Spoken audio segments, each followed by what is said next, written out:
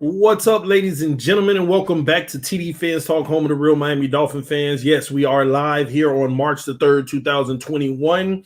We're talking about 2 weeks before the free agency period, where the Miami Dolphins are expected to be very active and live in this year's offseason.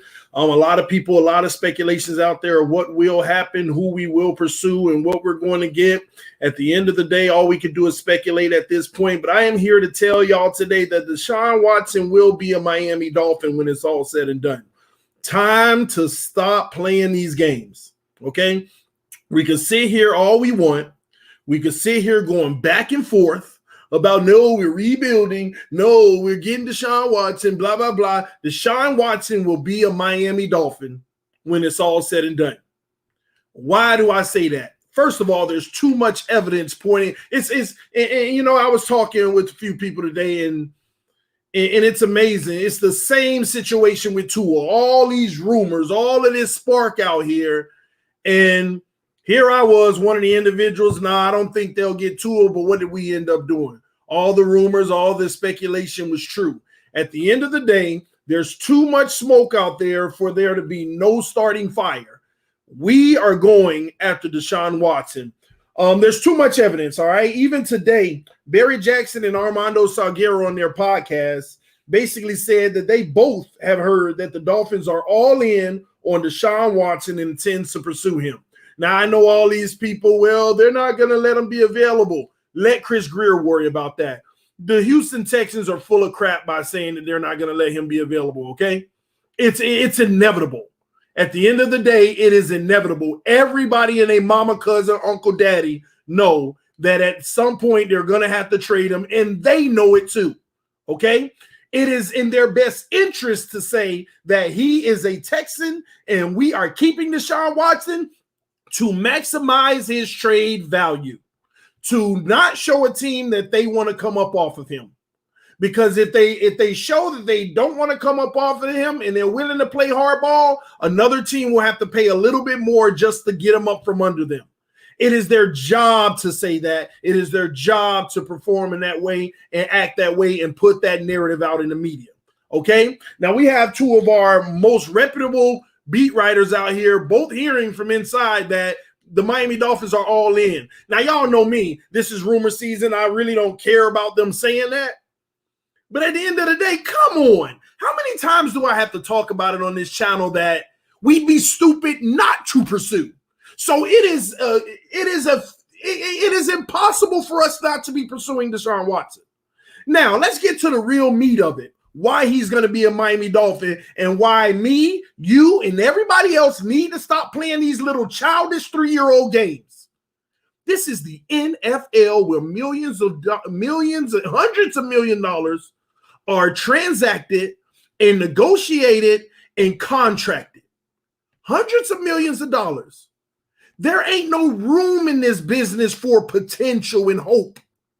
You only go off of potential and hope and upside if it's the only thing you got to go off of.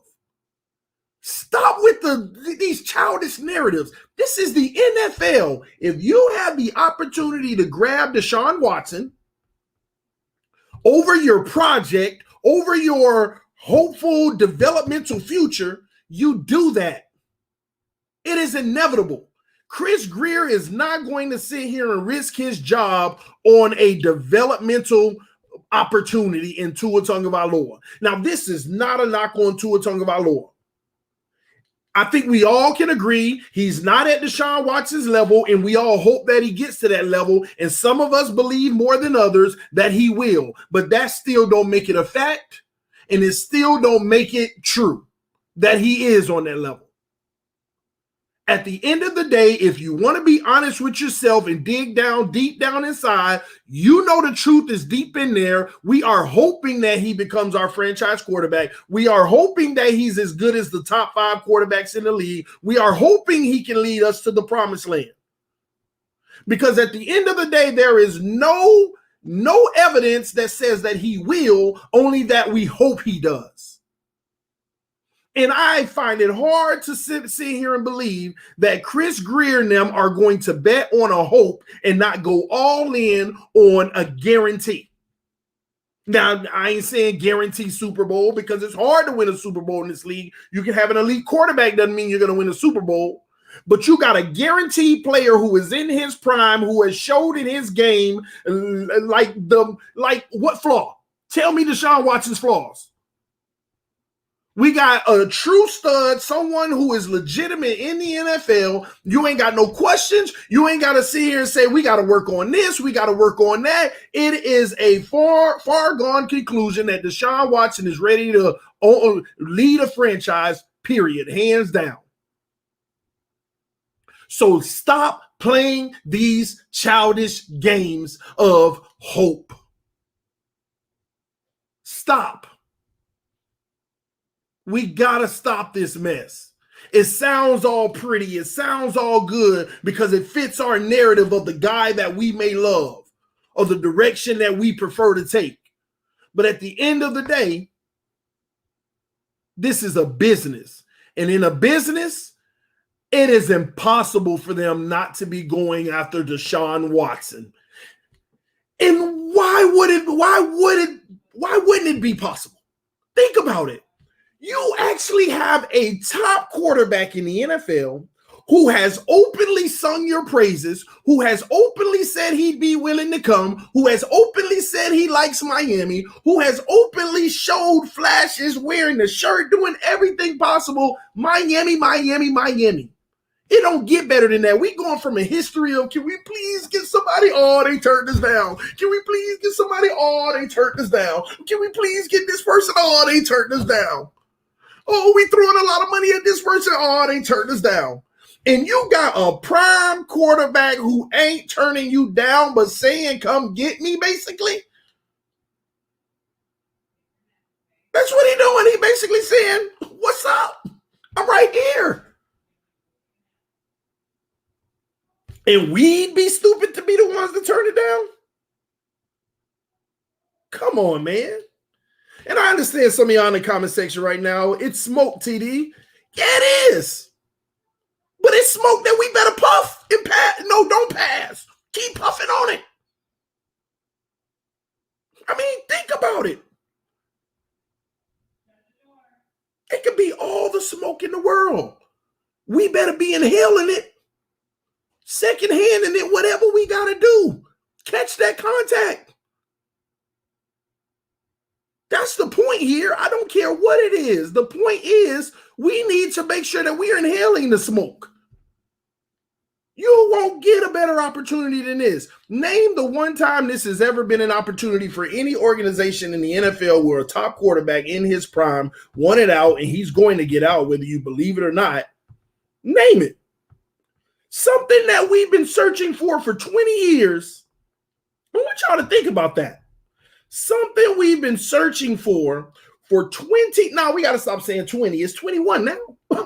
Something we've been searching for 21 years. And it's right here in front of your face, guaranteed. And we want to turn our back and talk about hope. You can't make this up, y'all. You cannot make this stuff up, y'all. We've been searching for a specific, and that's the crazy thing. It's been very specific what we've been searching for 21 years. And it's right here in your face saying, pick me up off the shelf. And we're going to turn our back and look at hope. What sense does that make? None. Shout out to everybody donating to the channel, man. Elliot Farr with the donation said we can kiss all our draft capital this year and probably next year goodbye if we trade Deshaun Watson.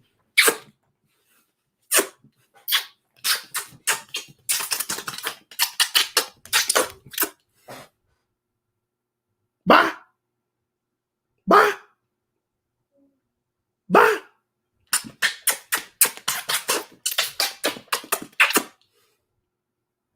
Bye. Bye. Think about the draft capital we've had over the last 21 years.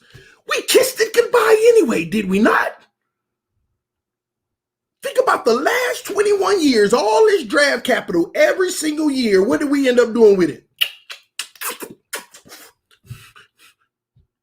Jarvis Landry, Mike Pouncey, Sean Smith.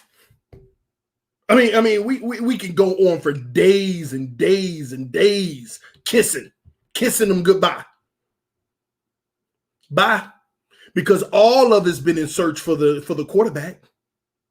All these little pieces we kept on getting year after year after year turn out to it didn't matter. We got some good draft picks over the last 21 years, but none of it mattered because their time came and went. Why? Because we never had a quarterback at the helm that could maximize their potential and put them in the playoffs to compete and become Hall of Famers.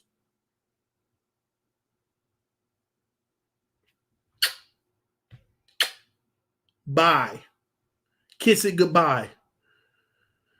Bring my quarterback. I'm tired of working off of hope. And Tua can end up being the greatest of all time. Remember, this ain't an indictment on Tua. This is about the Miami Dolphins making sure they make the right decision. Tua can end up being the greatest of all time, but I'm not betting on hope anymore. We getting Deshaun Watson.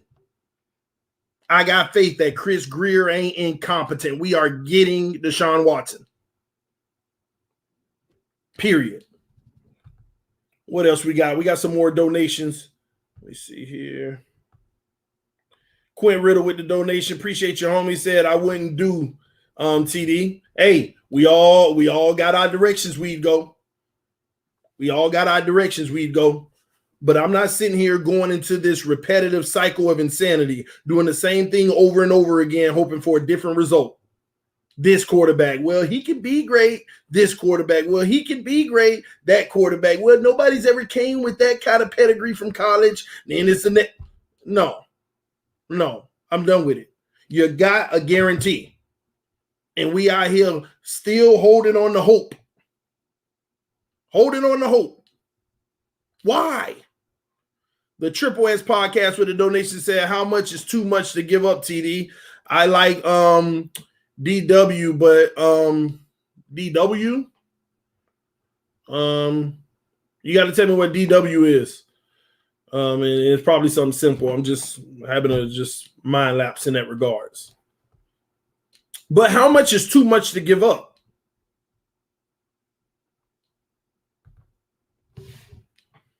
I'm at a point right now, nothing is.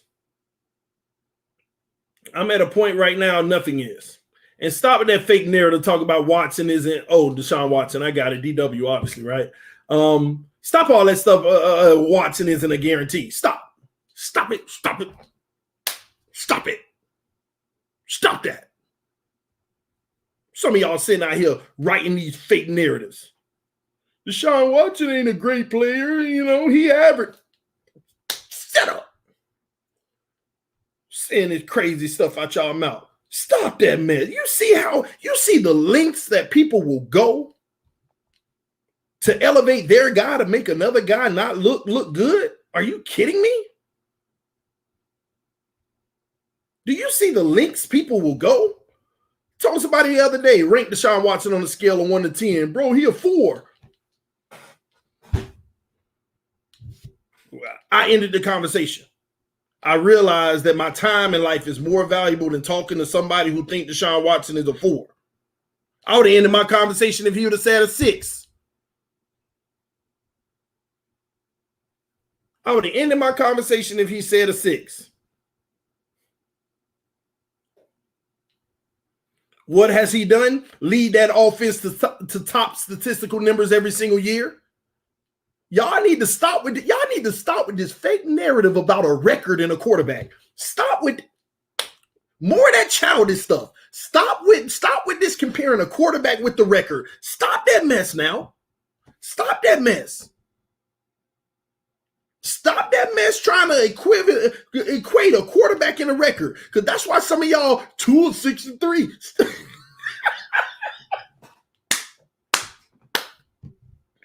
Y'all better stop that mess, man. Stop that mess trying to equate a record to the quarterback. Stop. If we had Houston defense last year, what would our record be? Keep it 100. Keep it 100.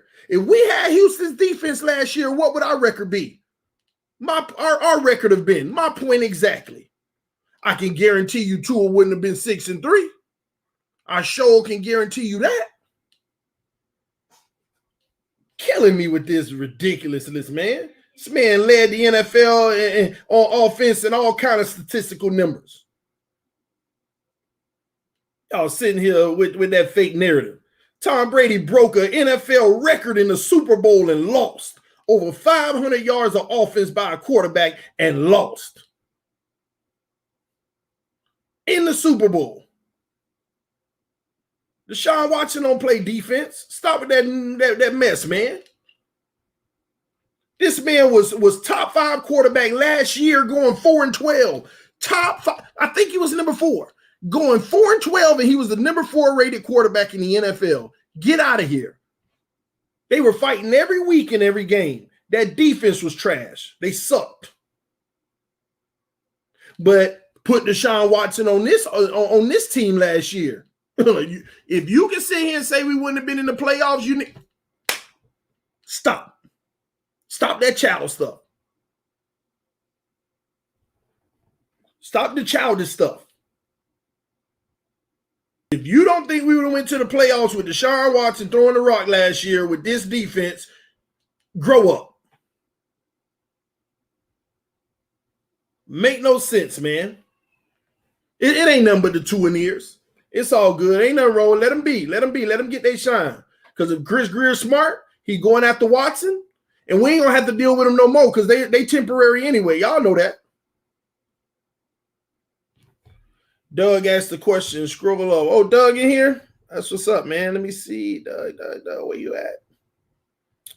Where you at? Ooh, it must have been a while back because I don't see it. Hold on.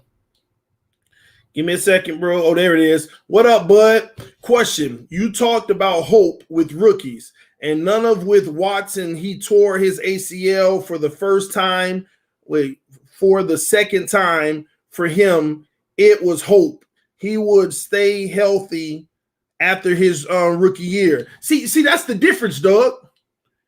You saw the production right away. You saw the production right away. He hurt himself, came back, you saw the production.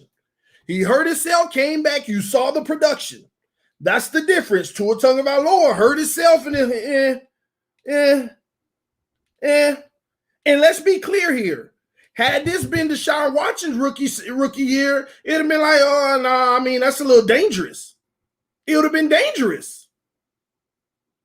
But don't forget, when you talk about hope, just because it worked one time, don't forget that it's hope. Don't forget that it's hope. Remember, hope comes through less than it doesn't, okay? Than it does, excuse me. Remember that it's hope. There's a reason you're going to an extreme to hope in the first place versus feel good about or no. So Deshaun Watson, between his injuries, golden. Did we see, Deshaun Watson don't look right because of his injury? He ain't looked the same. No, we never saw that. But Tua, well, I think the injury was still slowing him down. You know, he's about to have a full offseason. You see, now we got qualifiers. Deshaun Watson never had a qualifier.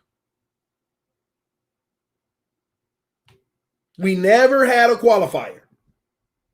And then on what's most important about it all is here we are on the backside, and the hope for Watson turned out to be A100. It turned out to work out, and now we got an opportunity to get that guy. Historical Gaming said far-fetched trade X for draft capital and Deshaun Watson trade. Listen, I've heard some rumblings, and I'm going to tell you now, there's another big trade that's coming. I don't know if it's the Watson itself or it could be the X. But time will tell. Time will tell. Andres Negron, yes, sir. TD, a lot of fans going to be sitting on ice because they're going to be so butthurt when we get Watson for Tua. It is what it is, man. And if it don't happen, it is what it is. But Greer better take a chance on it. George Albanese said, hey, TD, Would you consider trading Howard to recoup draft capital and unload the contract? Listen, if we can keep Howard, I'm about it by all means necessary. If we got to trade him to get capital, if we can profit from it, because remember, Howard was a second-round pick. Y'all can't forget that either. But on top of it, I mean, he's turned into such a great player that you want to see it sustain. I wouldn't bet on it to sustain, but you'll like to see him the first year because we'd be going for it all right away if we get Watson. So you like to have him on the roster. But if he's a casualty, he's a casualty. I keep telling y'all that. If our defense is a 9 out of 10, removing X might bring it down to a 7.5 out of 10. But if our offense is a 5, bringing in Watson's going to bring it up to an 8. I'll take that any day. I'll take removing X, bringing in Watson because it's a bigger overall gain for the team. And that Calvin Noy move, y'all better, I'm telling y'all, there's something in that. You don't just do that, man. That Calvin Noy move, they clearing up space. And they're not clearing it up just for any old Joe Schmo or another free agent just like him to replace him. That's not what they doing. So I'm telling y'all, man, keep your eyes open. Something's going to happen. They're going to clear up more space. That ain't it. It's going to be 1 or 2 more guys that's going to be shipped out. It's going to be 1 or 2 more guys that might be out of there. Keep your eyes open. It's going to happen. It's going to happen. Let me see something. Let me pull this up for y'all. Dang, why it's not working?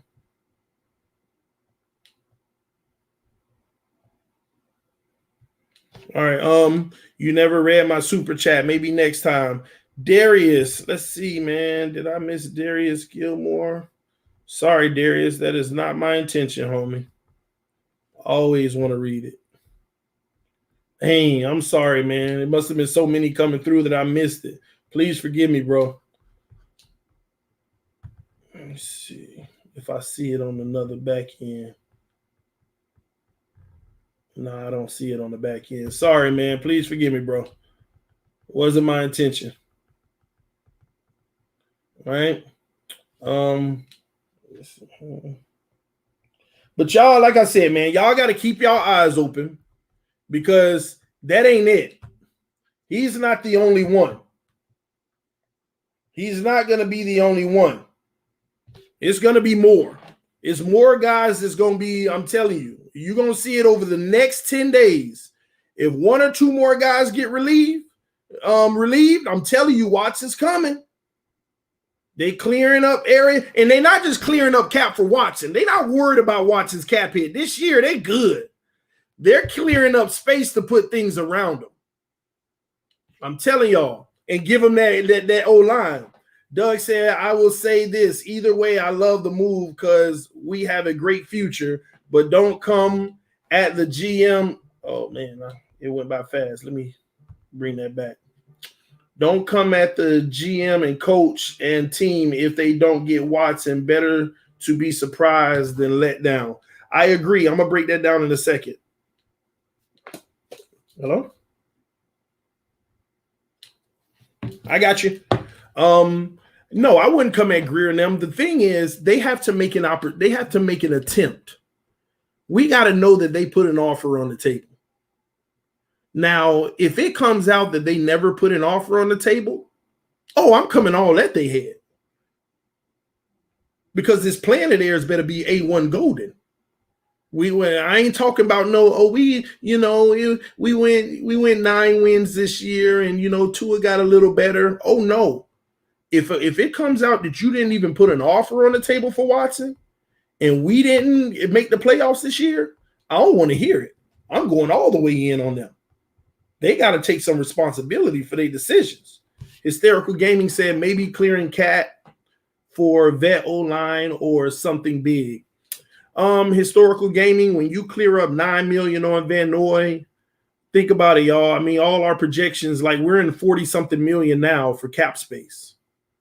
We're in 40-something million now. We already had money to get some O-line help and a weapon. But now this is a whole different ball game, y'all. Y'all got to understand. And let me tell y'all another thing y'all need to consider. If you bring in Watson before the 17th, if a trade happens, agreed in principle before the 17th, we are about to land all kind of players. Think about it. Think about it. They got a top defense. They got Deshaun Watson. Oh, yeah. We're going to land vets that literally will pay on a discount. Then you got Aaron Jones out here saying, I love to come to Miami and I won't break the bank. Basically saying, I ain't trying to rip y'all head off with a contract. Sign me, Miami. I think these players know something too. We're about to build up. So you got a potential of Aaron Jones coming, Deshaun Watson. You think it's going to be that hard to bring in a receiver or two to add on top of the guys we already got? Ooh. You think it's going to be that hard? I mean, guys going to be like, what y'all talking about, Miami? I want to be down there. Y'all about to make a run in the playoffs, and y'all not in the NFC. We ain't got to deal with with Brady and them into the Super Bowl. Oh, this team would gear up right away.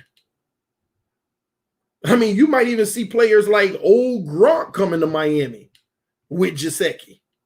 I mean, for the low. Those are the type of moves that actually would go through if you bring in Deshaun Watson. Because now you got vets like they got a top quarterback. They got a number one defense.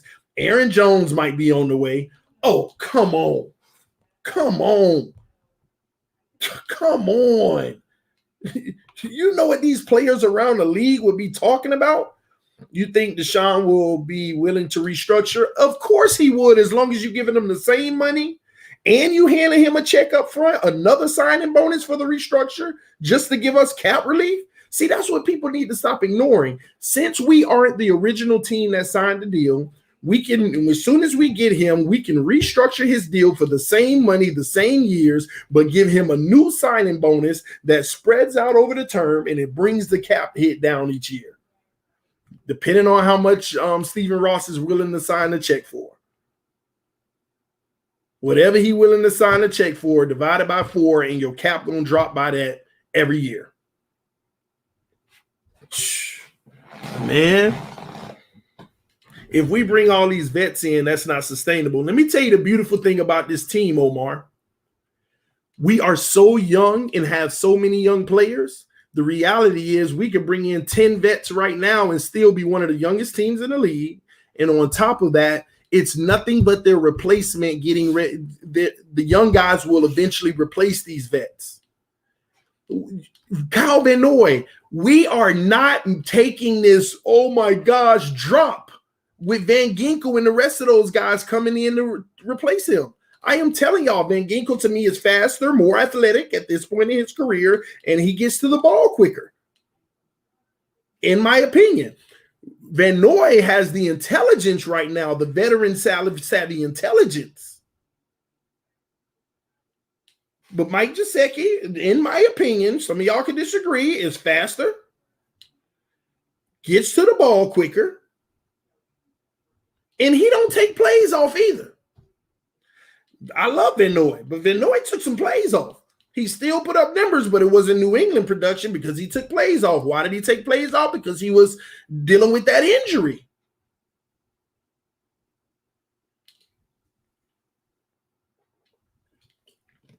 He was dealing with that injury. And let me go ahead and prove to some of y'all. And I try not to do this, but this, I have to admit, this is one of those I told you so moments with the Kyle Van Noy situation. TD keeps spreading this narrative that as soon as they offer their rookie deal, if you got their replacement, trade them, get a value for them, and keep it moving.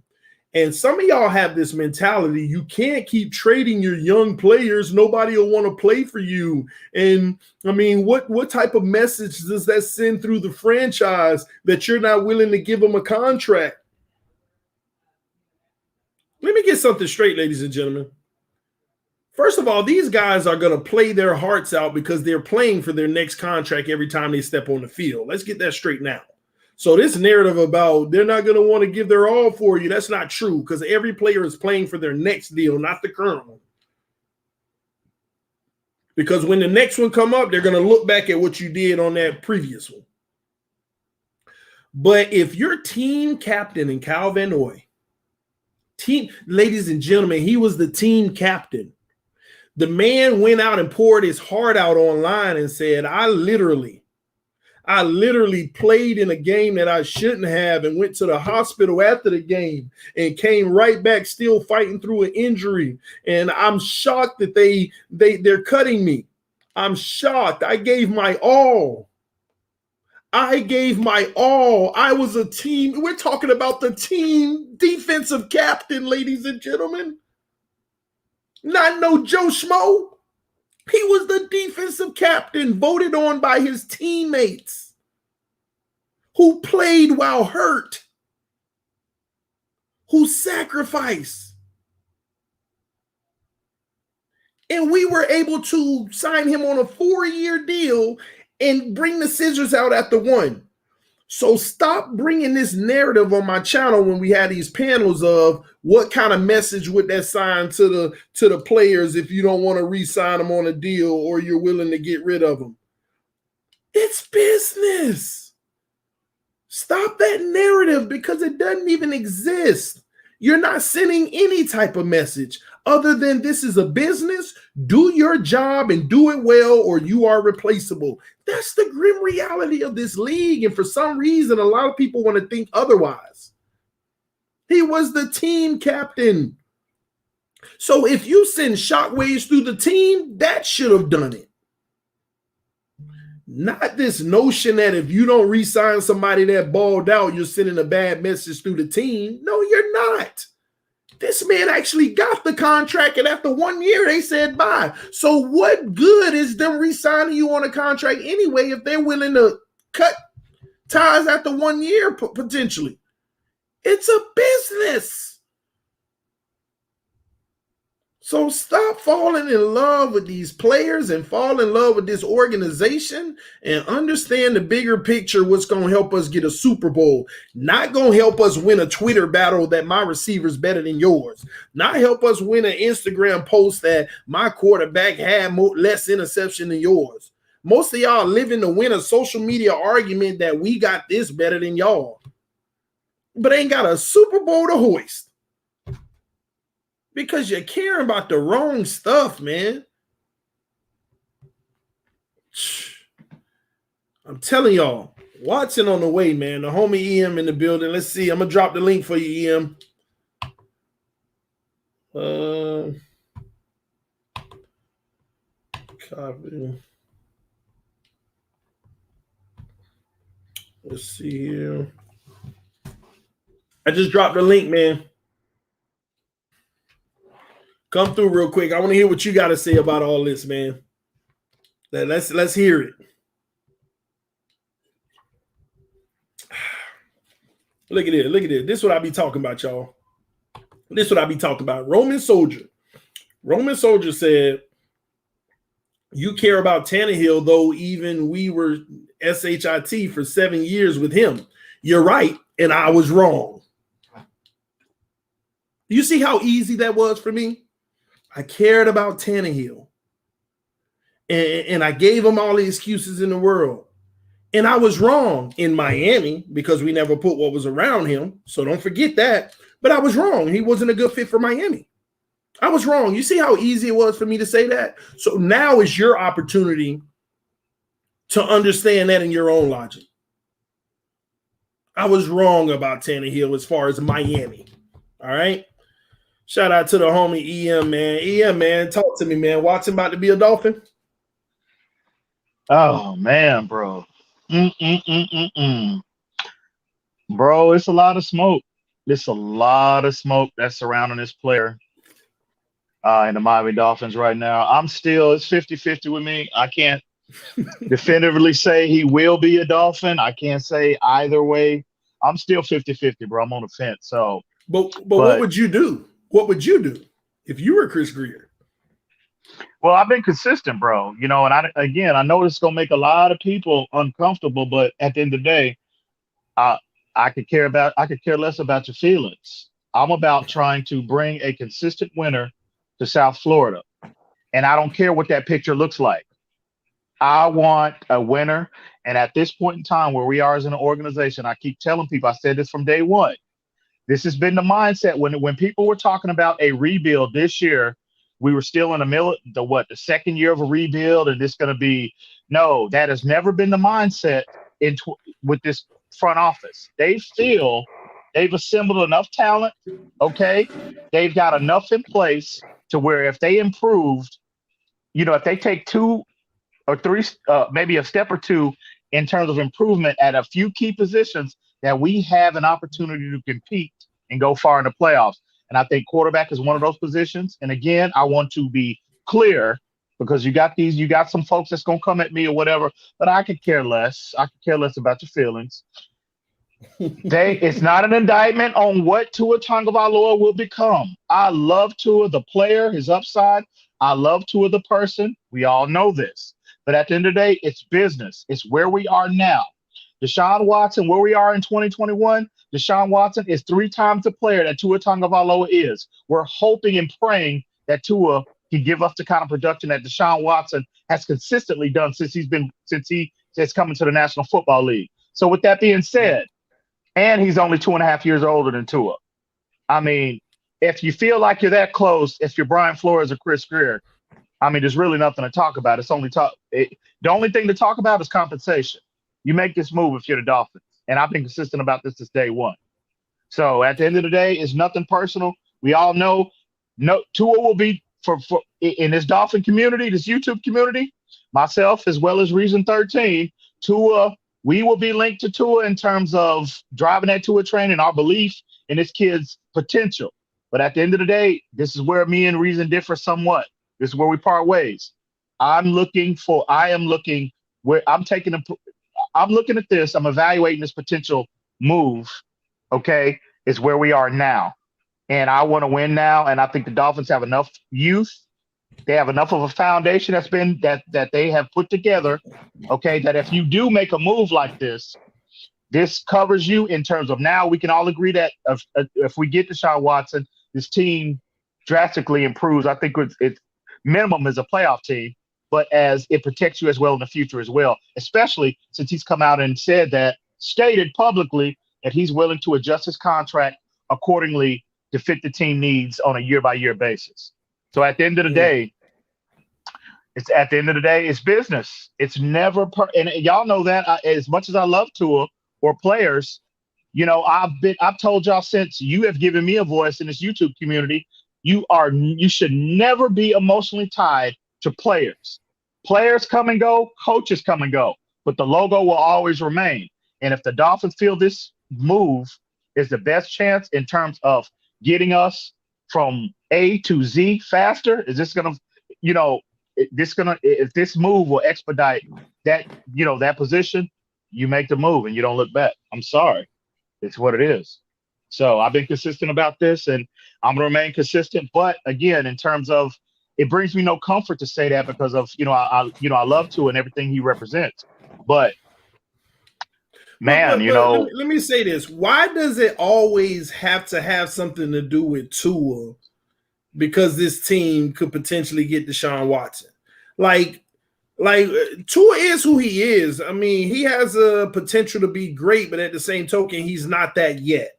And nothing's wrong with that. That doesn't mean he sucks. That doesn't mean anybody's writing him off or anything. But when you have an opportunity, but why does that have to be negative with people as if it's an indictment on Tua? It's just, I think at the end of the day, man, I mean, casual fans have come to that conclusion for the most part. No disrespect to anybody, but people that are knowledgeable about the details and that are knowledgeable about what it takes to be successful in this game, they don't come to those conclusions. You know what I mean? They don't make those type of buffoonish statements, at least publicly. Those are pretty much the casual fans, and I don't. I try to limit my engagement with those type of individuals, but at the end of the day, bro, if you look at this, if you take emotion out of this, and I've been consistent on multiple platforms, if you take emotion out of this evaluation about the potential about this move, TD, and our fan base, I just don't understand, people that say, well, this is going to limit our ability to be competitive. Listen, this is the point. Me and Reason talked about this earlier. You and I talked about this earlier. this is going to be an expensive transaction. It'll probably be the biggest trade, one of the bigger trades the NFL have ever seen. So if the Dolphins, they're going to have to pony up, in terms of first round and maybe second round compensation. It's going to be top heavy. So a lot of people are in fear that if we give up that top heavy compensation, we won't be able to supplement our team, in the later rounds that we need to be competitive. But this is the argument I would throw at the fan base that make that statement. If you look at the way the roster is presently constructed, look at these players who the Dolphins are so giddy about their future. Andrew Van Ginkel comes to mind. Where was he selected? 5th round pick. Look at Eric Rowe, Pro Bowl level safety. Where was he selected? 4th round pick. Bobby McCain. We got, we got very good play from Bobby McCain this year in his season. His 2 years he transitioned to safety. Where was he selected? 5th round pick. You know what I mean? Emmanuel Ogbah, 3rd round pick. Zach Zyler, who we just re-upped, who's a cornerstone, a foundational piece to this defensive line. Where was he selected? Undrafted. We poached him off the Baltimore Ravens practice squad. Undrafted. So again, Nick Needhams, undrafted. Solomon Kinley, 4th round pick. Robert Hunt, 2nd round pick. Raekwon Davis, who I love, who is my favorite player on this team, 2nd round pick. So my point is, this team that we are so excited about has been built primarily from the back half of the draft. So I get Christian Wilkins the 1st round pick, Devontae Parker, whatever. But the way we're looking at this team is presently constructed, bro, this team has been built based off that. The Dolphins have taken that approach, have assembled this team based off the back end of the draft. So that's the rebuttal I would throw to all of these fans who are saying that if we make if we acquire Deshaun Watson, it's going to limit us in terms of ability, our ability to find talent. No, this team has already been built that way. So again, so we're clear. I mean, I'm on the fence. It's 50-50 with me. I think it's a unique situation because there are positives in either scenario. If you stay the course with Tua Tagovailoa, you're creating this, you're creating all those cap dollars. And if you are aggressive in free agency, you want to give him every weapon, which you should be doing that. You should take that approach with any, no matter who's under center. You're trying to stack your team and get every weapon possible with Tua. That's a win-win. But if you go this route with Deshaun Watson as well, it's a win-win also. Hey, I don't mean to cut you off, but you got me nervous because who is this? Is this EM Dolphins fan? This is like the first time I've ever heard you make sense in your life, bro. Oh, okay. Well, yeah.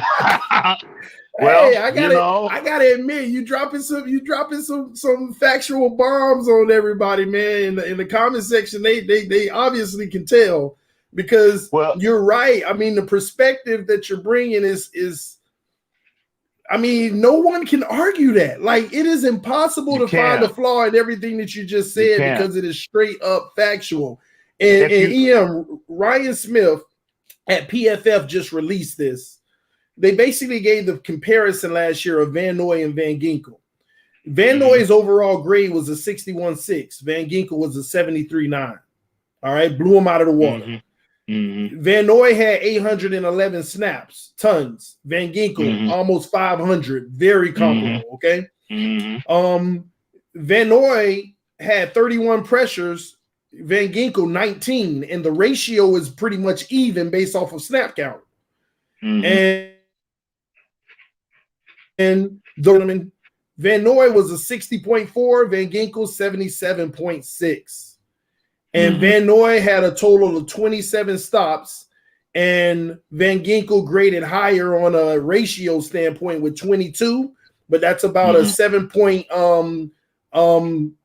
advantage over Van Noy. So the reality is Van Ginkel actually outperformed Cal Van Noy greatly last season.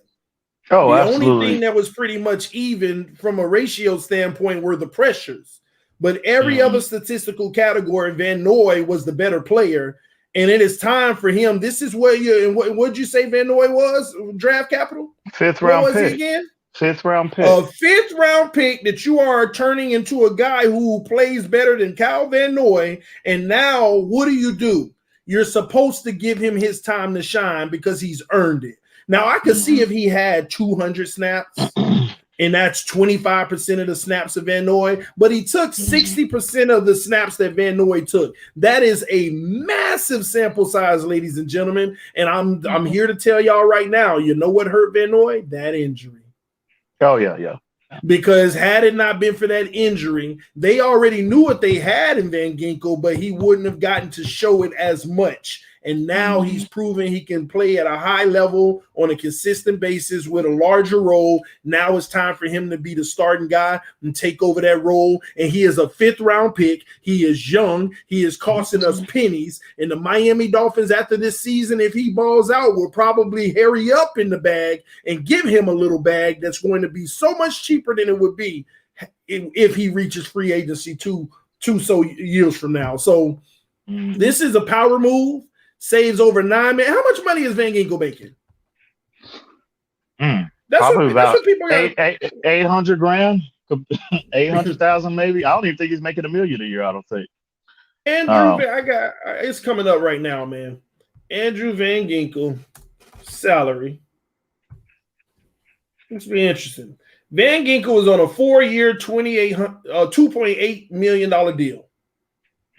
$700,000 a year.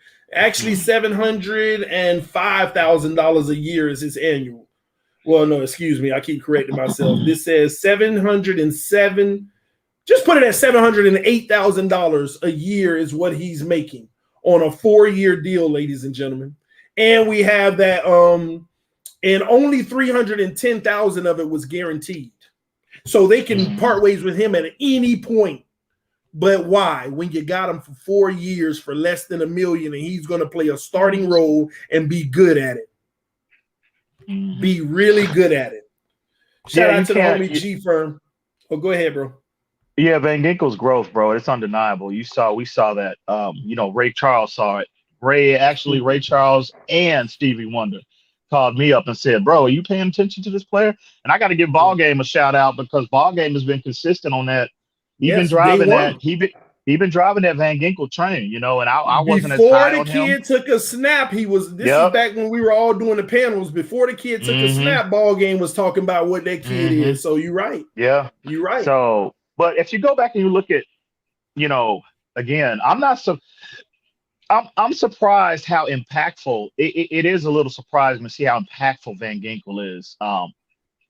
Because I'm not surprised by his athletic ability and his versatility, because if you look at how he's deployed at Wisconsin, it's a reason why the Dolphins, they love what Wisconsin is doing with their linebackers. You look at Vince Beagle, and I think the Dolphins I think he'll probably more than likely. Now again, I can't, I don't know 100%, but I think the Dolphins will be more inclined to bring him back.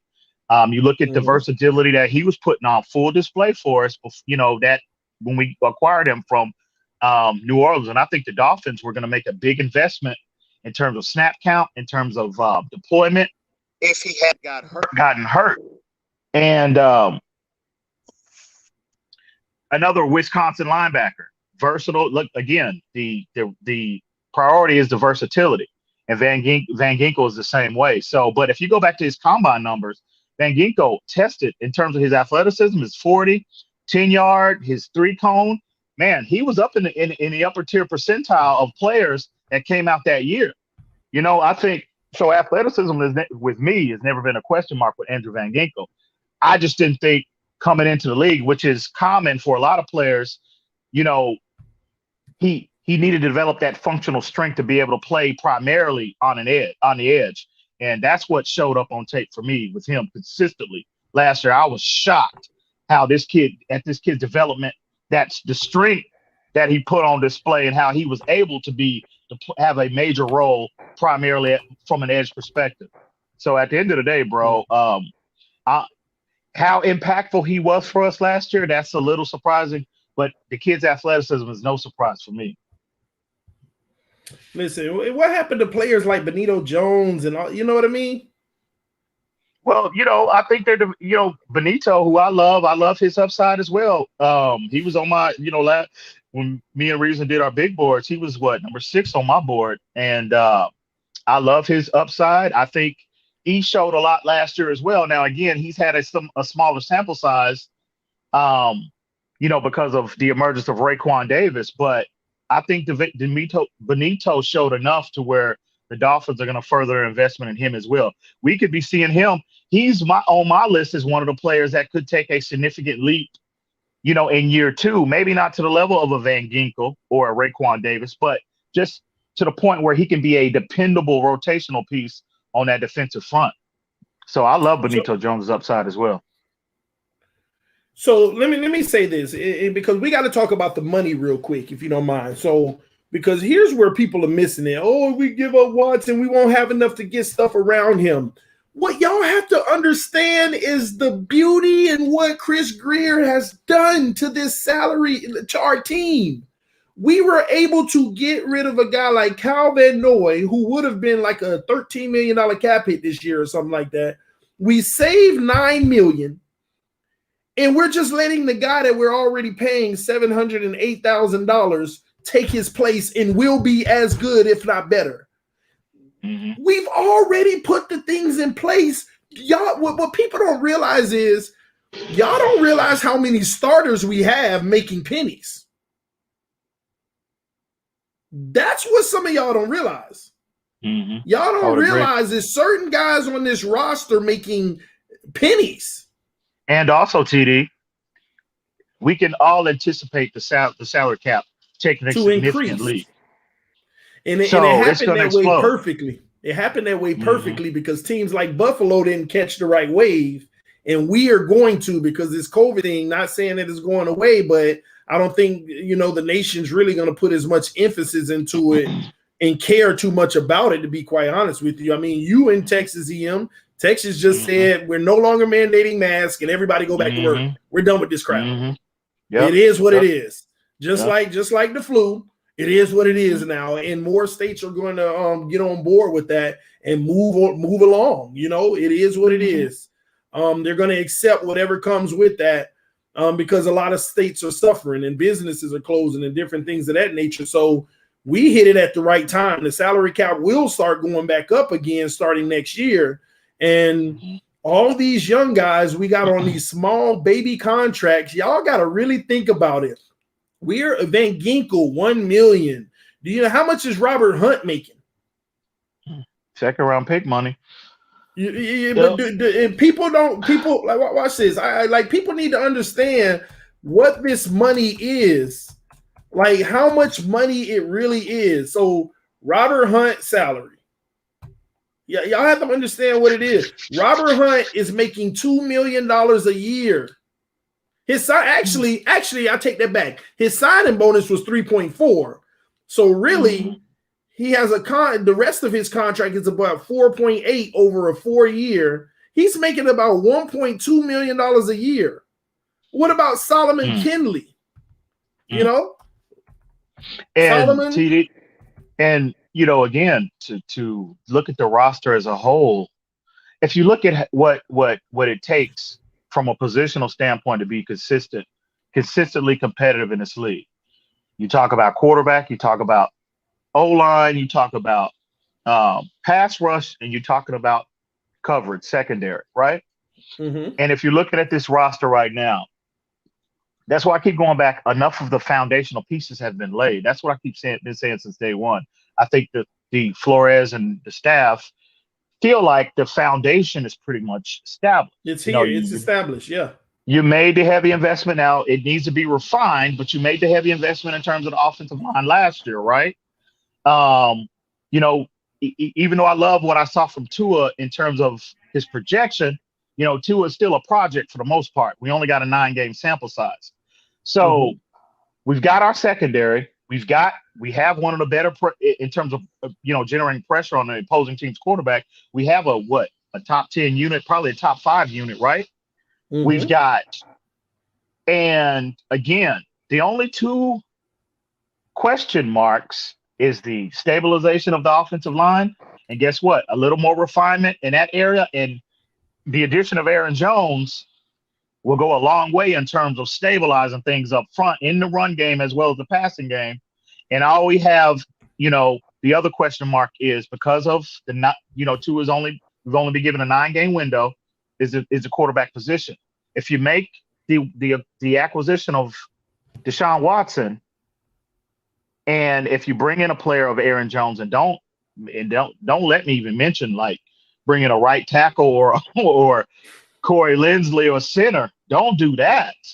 All of a sudden, and again, if you just have enough picks to where you can supplement the roster from a depth standpoint with linebacker and wide receiver, bro, I'm telling you, you have the makings of a highly, highly competitive roster. Now, I'm not willing to go out and say Super Bowl, but I even think Deshaun Watson with this roster. But you're in the conversation of contending. That's all that matters. Nobody can guarantee a Super Bowl. Definitely.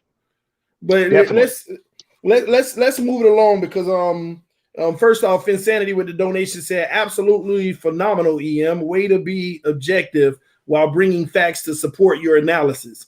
That's really appreciated. That's what's up. Shout out to the slow down, Insanity. I gotta check his social. I gotta make sure this ain't this ain't common. But another thing, I wanted to talk real quick before we switch gears about the capital needed for Deshaun Watson. And I think we talked about this before, but people have it all mixed up, okay? People don't understand, like, oh, it's going to take 3-4 first rounders. That's giving up everything. I think I said this recently. What people need to understand is all first round picks are not created equal. Understand that, ladies and gentlemen. All first round picks are not created equal. So if you're telling me that it'll take 4 first round picks for Deshaun Watson, so if I had pick number 19, 20, 21, 22, can I get Watson? Maybe, because I'm giving away all 4 of those first round picks, 19, 20, 21, and 22. But what people aren't talking about is the number 3 overall pick is worth 19, 20, and 21 on the point system. Do you know that the number 3 overall pick is worth the number 7 and 8 on the point system, or 8 and 9? That's definitely a good point, but you know damn well Houston is not going to be considering that damn point system. No, in that's terms fine, of getting back what we stole from them. You know what I'm saying? At the same token, but what's the difference between us taking their number 3, trading out of it with the team around 9, and getting another future asset from it? It's virtually the same thing. But what people have to understand is all picks are not created equal. Put it like this. Mm-hmm. If we had the number 1 pick overall, what would we have to give up for Deshaun Watson? That's a good point. You see what I'm saying? We're not talking you got to give up 3 or 4 first round picks anymore. You're talking about the number 1 and maybe a number 2, or just the number 1, an even swap, because you're at a losing disadvantage. He has a no trade clause. He picks where he goes. He wants out. You can stallmate. He'll stallmate. You're the one who's taking the loss. And like I said, if Watson really wants out, I will go public and say, if they make me play, I will play, but do not sit here and ask for Pro Bowl Watson. Look for Dwayne Haskins next year. That's what you're going to get.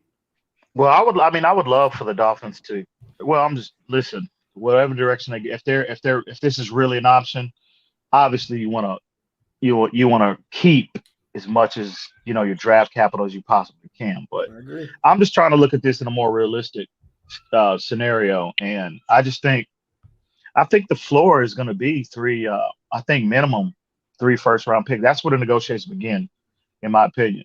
And you look at, and again, I do agree with you. All first round picks, there's value to them. Obviously, if you're picking the higher you go in the first round, the value goes up. I get that. But at the end of the day, the position the Texans are in, they're going to try to, they're desperate right now. So they're going to try to recover as much as they can. Now, they're considering them being in a situation where they're desperate, that might be beneficial in terms of negotiation for the Dolphins. Hopefully, let's keep our fingers crossed. But at the end of the day, you're negotiating with the team, arguably, that puts you in this situation to begin with. you know damn well they're going to be looking through a different lens than like if it was the Carolina Panthers or one of the other teams. So, I'm just trying to be realistic with the situation. And but I got the utmost of confidence with Chris Greer and Brian Flores that if this is a real possibility, that they'll come out of this to where it's a win-win for all parties, I think. I have to be honest with you, and this is going to be an unpopular opinion, okay? It's going to be very unpopular. But my truth in all of this is this. I don't mind overpaying to a degree to Houston because, like, let's talk fairness here. We already robbed them. We robbed them. And in a perfect world, we continue to rob them and we take our profit and we move on. But people have to understand whatever value you feel like we robbed them for. So if we got 2 firsts and 2 seconds, I got to be quite honest with you. Tunsil deals should have been done with the first and a second. And we would have probably kept them, but that was still something to consider. But we got 2 firsts and a second. That profit that we made, if you really want Watson, you got to be willing to say this is the base, and I might even give you that on top of it. Because at the end of the day, you have to look at the book straight up. We're still not losing. We're just giving you back what we already robbed you from. And that's why that will make them not look at us as the villain because we robbed them. Because you're right. They'll look at another team different than they'll look at Miami because we're the one took all their future. But if you're willing to say, hey, man, we're going to be fair with y'all. The last GM you had, which you fired, smart move. They were idiots, and we took advantage of them. Let's correct that and put y'all back in a good position and give you your value back and send Watson our way. It's almost like cutting it even with them and telling them we're giving you a fresh start. That's respect. That's respect. And they'll know, yeah, you're paying more than you have to, but you know what? I respect that. But what's your price? What price tag? What price point are you willing to go to? Listen, I'm willing to give away number 3. I'm willing to give away next year's first. I'm willing to give you your second back this year. And Calvin Oy. Because people need to realize Calvin Oy hasn't been released yet. The team is trying to find a trade for him. But I would do something like that. Oh, that's been confirmed? Yeah, that's been confirmed. They haven't officially. If they don't find a trade partner, then they're going to release him. But at the same token, they're trying to see if they can get some value in a team that's willing to take his contract. Because remember, the guaranteed money, we're already going to take the dead hit anyway. So that's a little appealing for other teams. I didn't know that. I didn't know that. I didn't know he was still on the roster, bro. I thought it was. No, he is definitely still on the roster. It's just a matter of seeing if they can find a partner, and if not, they'll make it official to go ahead and release him. So that's what's going on in that situation right now, which is smart because it made no sense. So why didn't we at least make some phone calls and get a 6th rounder at a minimum, or something? But again, his contract isn't friendly, but now it'll be friendly because we got to eat the dead cap regardless. And then on top of it, if you do trade him, now you're talking about compensatory pick as well, right? Well, no.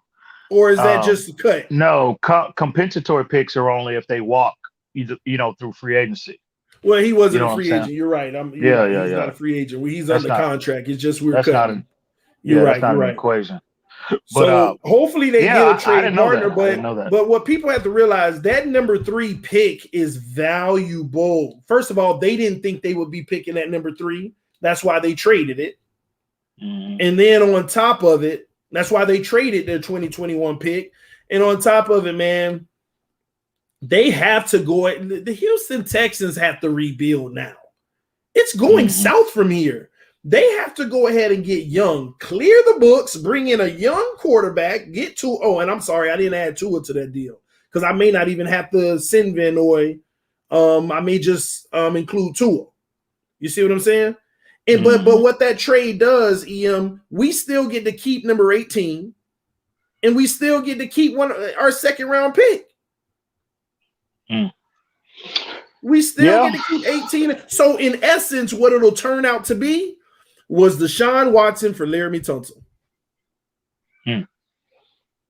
Well, that's what it would end up being. I mean, Deshaun if the Watson Dolphins, if they come away, if they come away with it, with only ponying up that type of compensation, I mean, my God, you need to be running to, in terms of giving Chris Grier already the executive of the year, if he's able to do that. Yeah, he better be going for it. Somebody said, will we have enough to build around Watson? Oh my gosh. I'm like, we answer this so much. You wanna talk about it? Man. I might be in a minority, bro. I think in terms of offensively, I've been, people that's been listening to me, how I feel about Devontae Parker. Again, durability is a question mark with him. Preston Williams, I understand that. That's a legitimate argument. But at the end of the day, these two players has proven when they're healthy, and that's a big when and if, that they can perform at an extremely high level and make consistent big plays for this offense. And again, relative to 2021, I'm willing to continue that investment.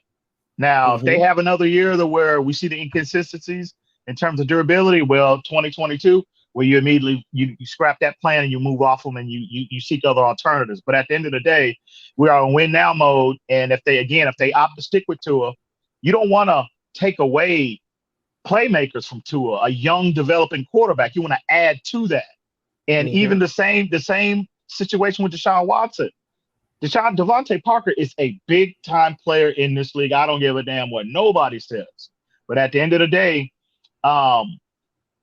in terms of him, Preston Williams, and Mike Gesicki, and collectively offensively, you can make a legitimate case that that's more weapons collectively now. Now I get he had to, DeAndre Hopkins, but collectively, offensive line, running backs, skill position players, we have a better situation than he ever had at any point in his career at Houston. You know what I mean? So again, the issues we have is from a depth standpoint. True. And also we need players that offer a different skill set than what we already have. We need players that I think we need a speed element, a reliable vertical element in this offense. And I think if you do that, we could, in terms of production, I think we could take a significant leap, no matter who's at the helm. I think Gesicki goes crazy with the Watson, even with the bad route running.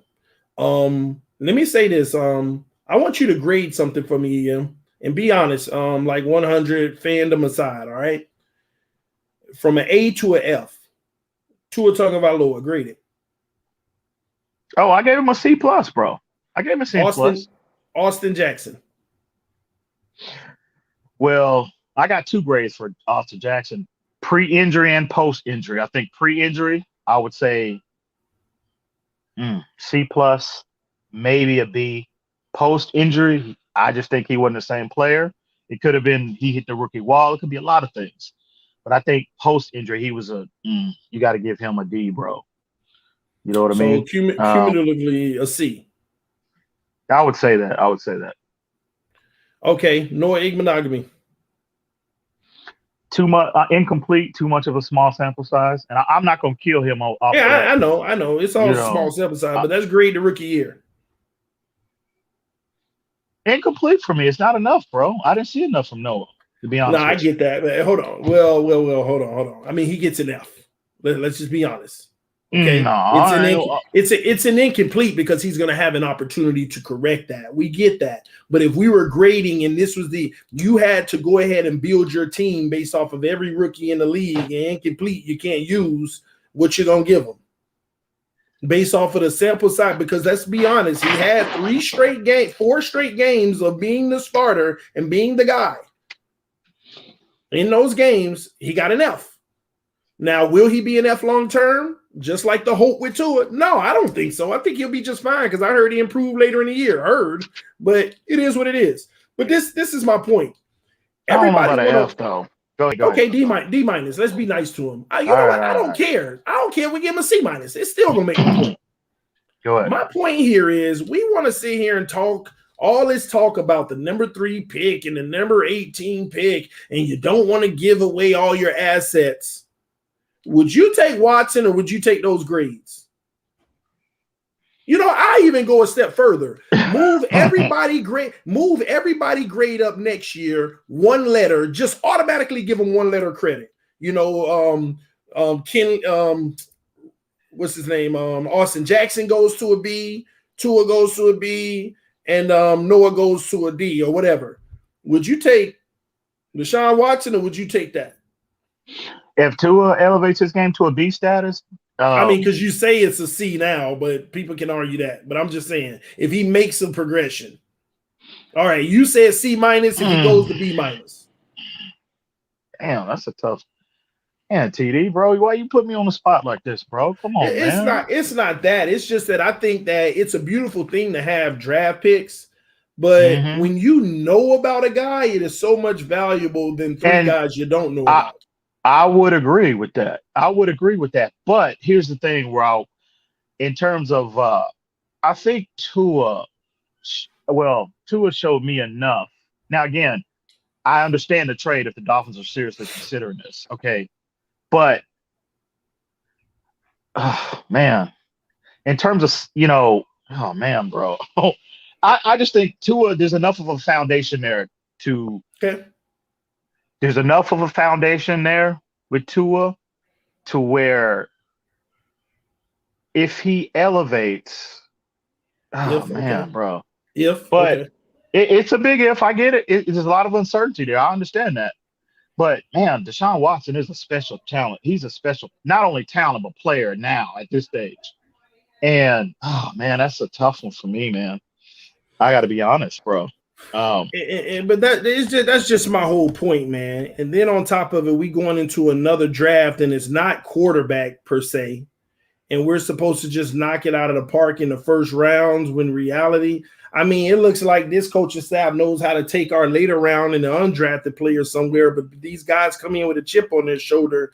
It's and I know it's early, but we can still go back to last year, outside of what was our last year's first 2 rounds? What two? You talking in terms of players? No, before last year, our draft picks. Oh, in 2019. Yeah, 2019.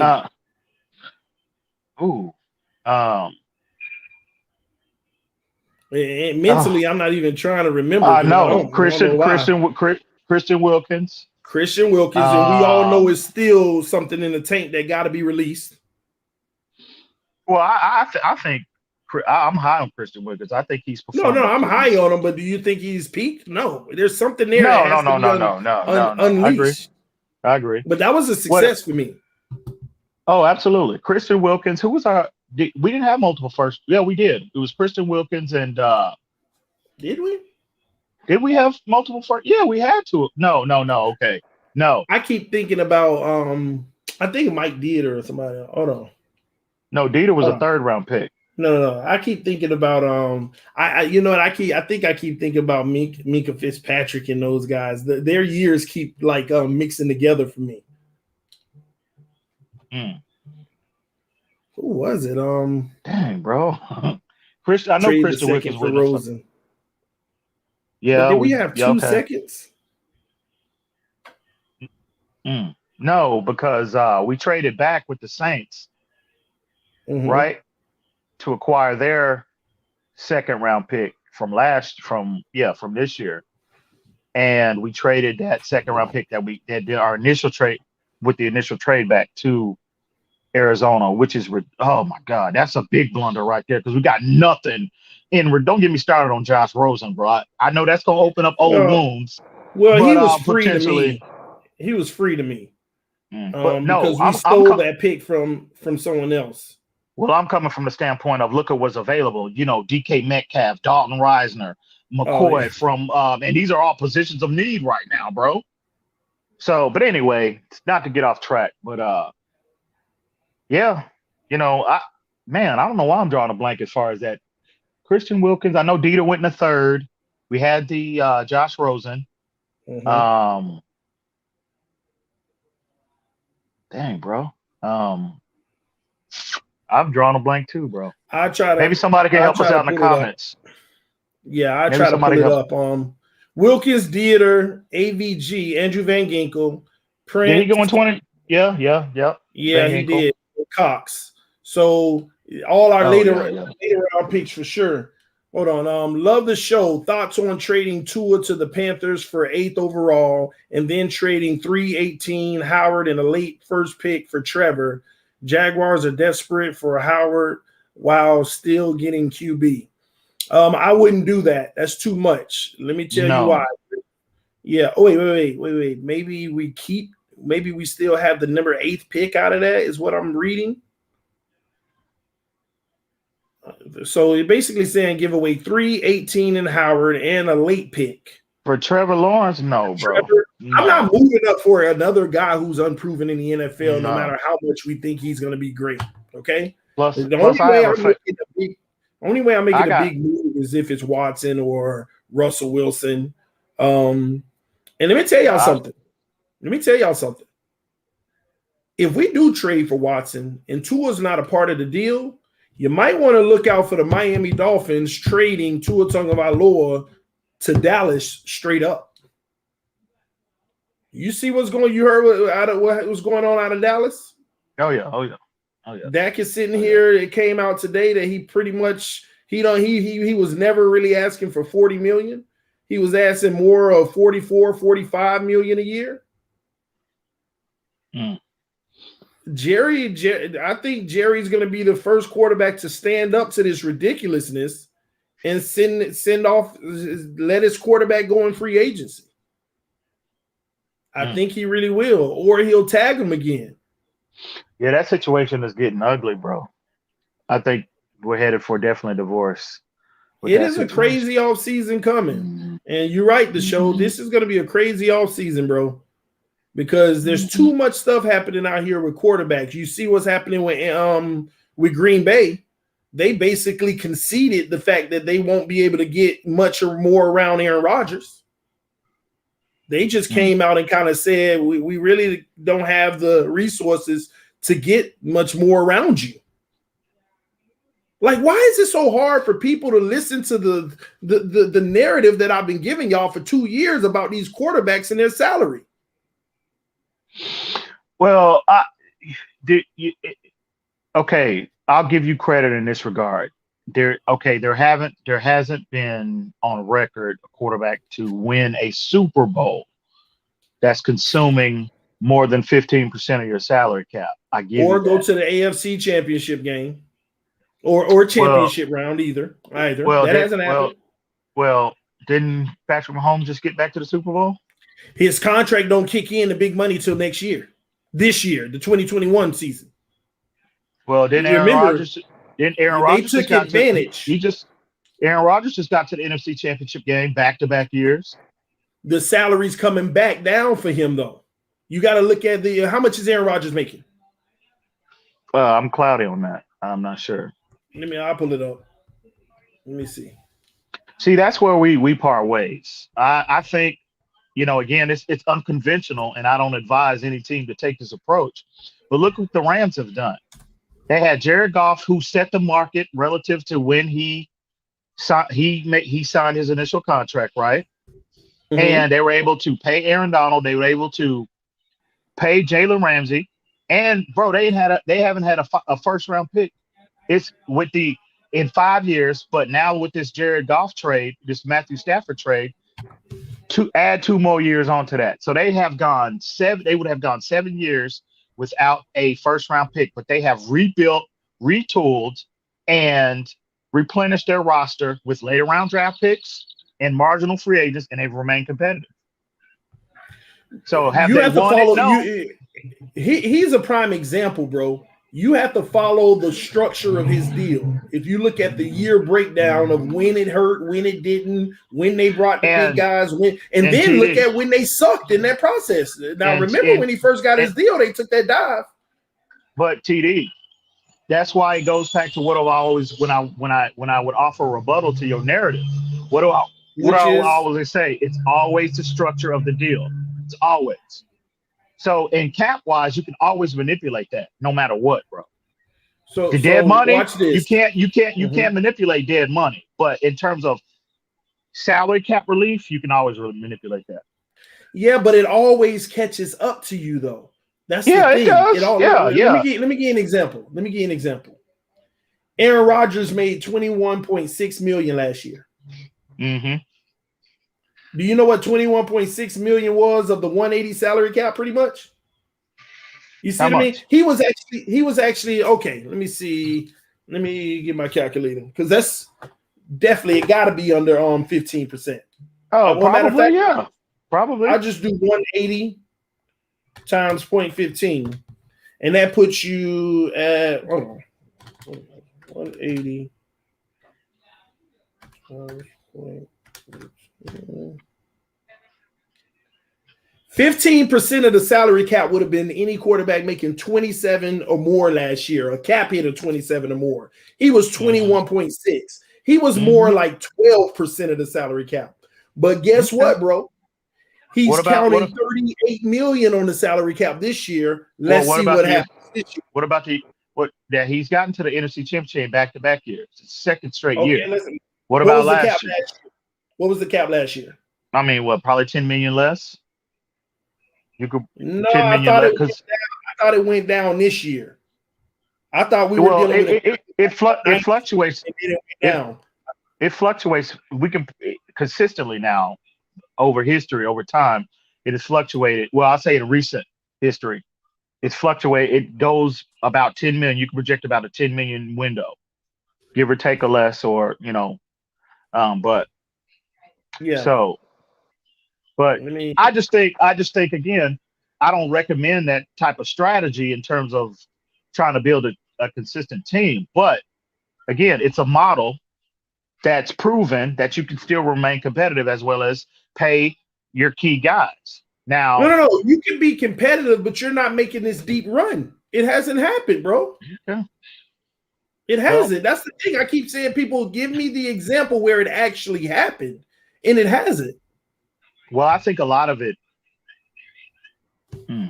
Well, I'm sorry. I think it's going to happen. It's just a matter of time. Well, it's a matter of time, but you only got but so much money to go around. At some point, you get punched in the mouth with that salary cap. Aaron Rodgers is going to account for $37.6 million this year on the salary cap. And I am telling you now, and that's going to be good for like third in the league. And I am telling you now, let's see him go to an NFC championship game this year. They're already talking. They literally came out today and said the reality is we don't have enough to be able to put more around him. He basically they took an additional $16 million cap hit from last year to this year with just his salary. And they already had people on deals where they had to re-up contracts and they're gonna have to let him go. So they're gonna lose talent just because his salary is going up and they can't even put anything more around him. That's the nature of the NFL. Today's NFL. It's only the nature because nobody's noticing what they're doing to themselves. Well, I mean, bro, the salary cap keeps going up. You know what I mean? I mean, that's the collective bargaining agreement that's in place. That's what they negotiated. You're right. So, but teams are operating off of that. Now, I don't think it's right. Again, no, I think a lot of these quarterbacks are overpaid, bro. But if the revenue is going up, they have to disperse that according to what was agreed in the initial collective bargaining agreement, bro. That's just the NFL. Now, until these owners address what's been collectively bargained, this is what we're going to see. This is what we're going to get. No, you're always going to get this problem. And here's why, EM. As the salary cap goes up, so say the salary cap goes up 10 million in a year. What you have to realize is, think about it. Think about last year. What was it to be considered the highest paid quarterback last year? Like literally like $36 million, $37 million. Was it that high? I thought it was like maybe 30. Well, yeah, I would say, yeah, I would agree with that. Well, you may have thought 34, 35 or something like that. But the way people deals were structured, you had the like franchise tag hitting people a little harder than that. So basically 37. How in 1 year do you go from the highest paid being around 37 to now 50 with Patrick Mahomes? So what I'm saying to you is what some teams are doing, they're giving the quarterback all the money that the salary cap went up.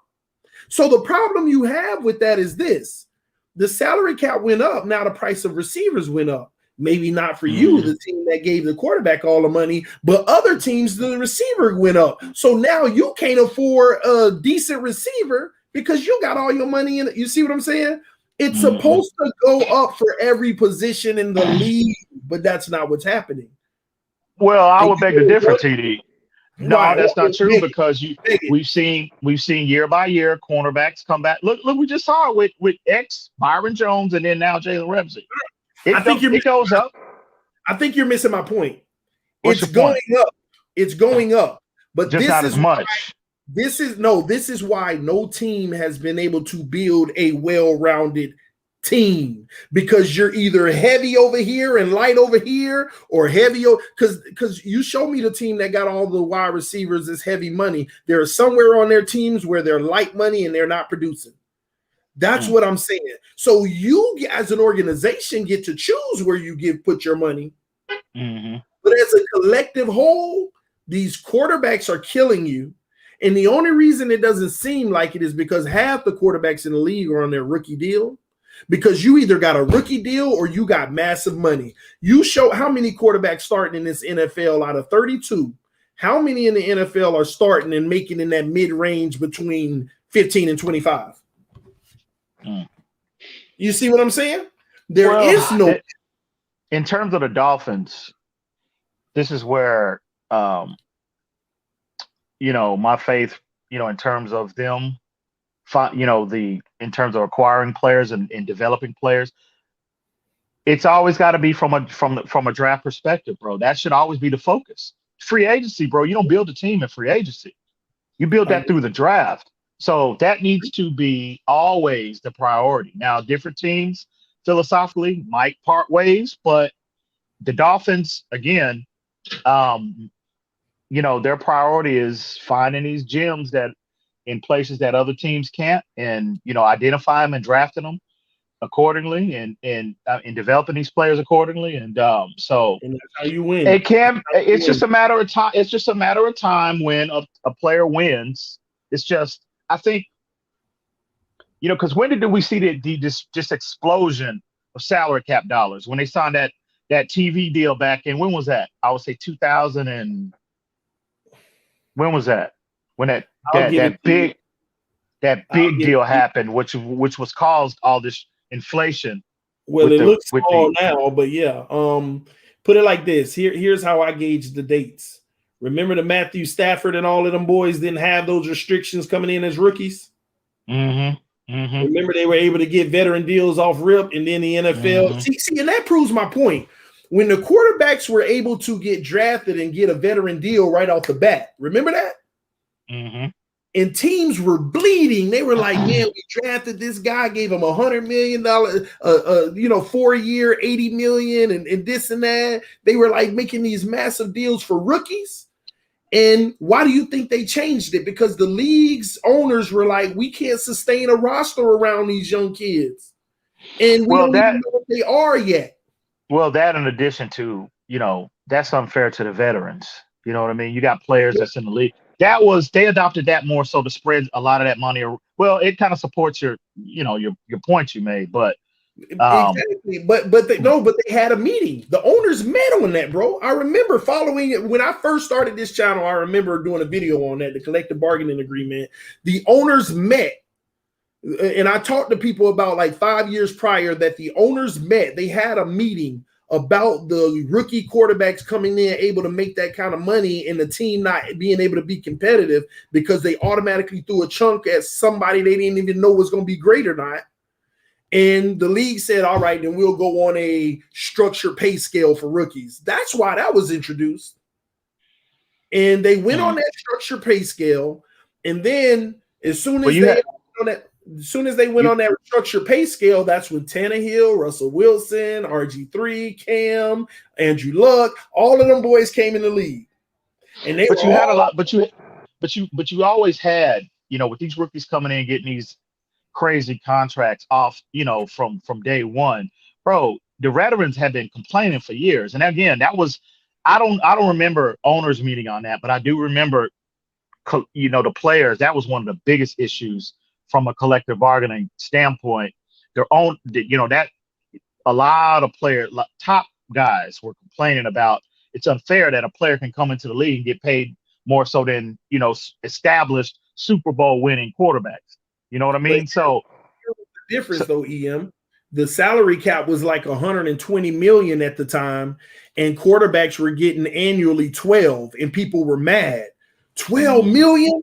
They were getting 12 million, literally 10% of the salary cap, and people they eating all the team money at 10%. What do you think it is now? That Prescott played under 21% of the salary cap last year and didn't even play the whole season. He played under the highest number, the third highest number in the NFL at 21% of the salary cap. Dak Prescott, an injured player sitting on your bench, took up that much of your salary cap last year, 21% on a franchise tag. 21, bro. So when these guys were complaining in the past of quarterbacks taking up 10%, the problem's getting worse now. Do you know Mahomes is pretty much coming up into the 25% range pretty much? That's why, again, I keep telling you, TD, this current climate, bro. Okay, if you're limited in terms of resources to supplement your team through free agency, the only other route to supplement your team is through the draft, and that should always be the priority. Always, and again, I take a lot of comfort in knowing that's the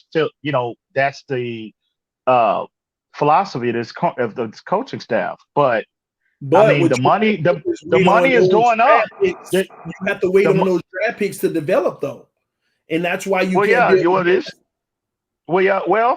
This is true, but. And the only people that built the dynasty was the one who took the pay cut at the position. No, well, again, that's because, like I said, what you're saying factually is correct, but I don't think that's the gospel. I think we will see a different, some other team will give us a different blueprint as opposed to what the Patriots did. It's just a matter of when. The blueprint keeps changing, bro. That's what you have to understand. A team will give us another blueprint, but the circumstances are going to be different at the time. So it's hard to say that. See, that's where that's why I keep up with this on a regular, bro. The climate of the NFL, not just this quarterback situation, because 4 years ago, I would be talking to you more about running backs and different things like that, because that market started to get out of control.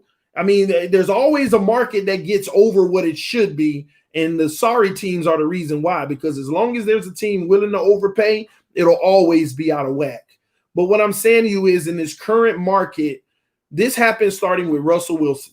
Russell Wilson started all of this crap literally about 6 years ago or so.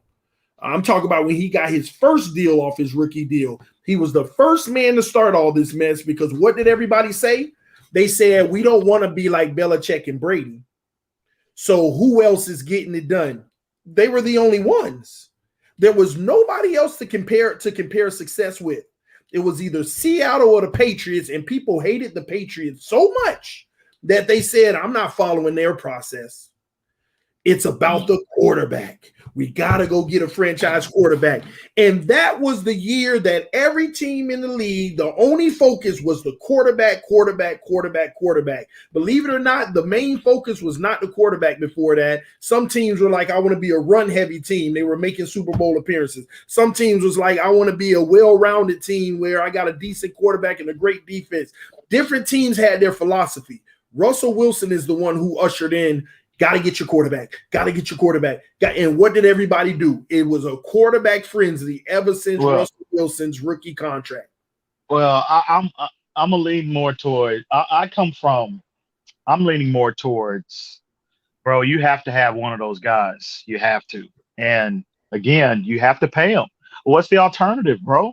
You gonna let them walk out? You gonna let them walk out your door? And if you don't bring a player that's comparable in terms of skill set and their impact on the field, your team overall is going to suffer unless you have some other aspect of your team, okay, run game, defense, et cetera, playing at a damn near, pardon my language, but historic level. Again, Ryan Tannehill. Ryan Tannehill is a prime example. Let me counter that real quick. Hang on. Ryan Tannehill, and as much as you was hyping him up, talking about he's elite, he's playing at elite level. No, I would always throw that rebuttal in there. It's that run game is what fueled that team, bro. I don't care what you say, you cannot convince me otherwise. So then why weren't they successful with Mariota? What's that? Why weren't they successful with Mariota? I'm not saying that to say that Ryan Tannehill was the reason for their success. But what I'm telling you is the skill set that he does bring makes the run game life much easier. I will throw this in there in favor of Ryan Tannehill. Ryan Tannehill is a more physically gifted player than what Marcus Mariota is from an arm talent standpoint. And what Tannehill brought to Tennessee was the ability to push the ball down the field consistently, which caused teams to start playing too high as opposed to single high and leaving that eighth man down in a box, which you can, when you do that, when you take that approach, that's designed to control the line of scrimmage more in terms of the run game. So Tannehill brought that element to Tennessee, but I give you that from a physical standpoint, but overall, he was not playing at elite level. He benefited greatly from Derrick Henry and that offensive line's production, bro. That's a fact. You're proving the point that I'm about to make to you because you feel like the reality is you need that guy at quarterback, right? To give yourself a fight to give yourself a fighting chance. Can you hear me? Yes. Okay. So let me counter that. I don't believe that you need that guy to give yourself a fighting chance. I feel like you need a team to make that quarterback look like that guy. Do you see the reverse of that? You need a team. So that has been my only holdup with the Watson Tua thing. Watson is that guy, but Watson isn't the only way we can make it happen.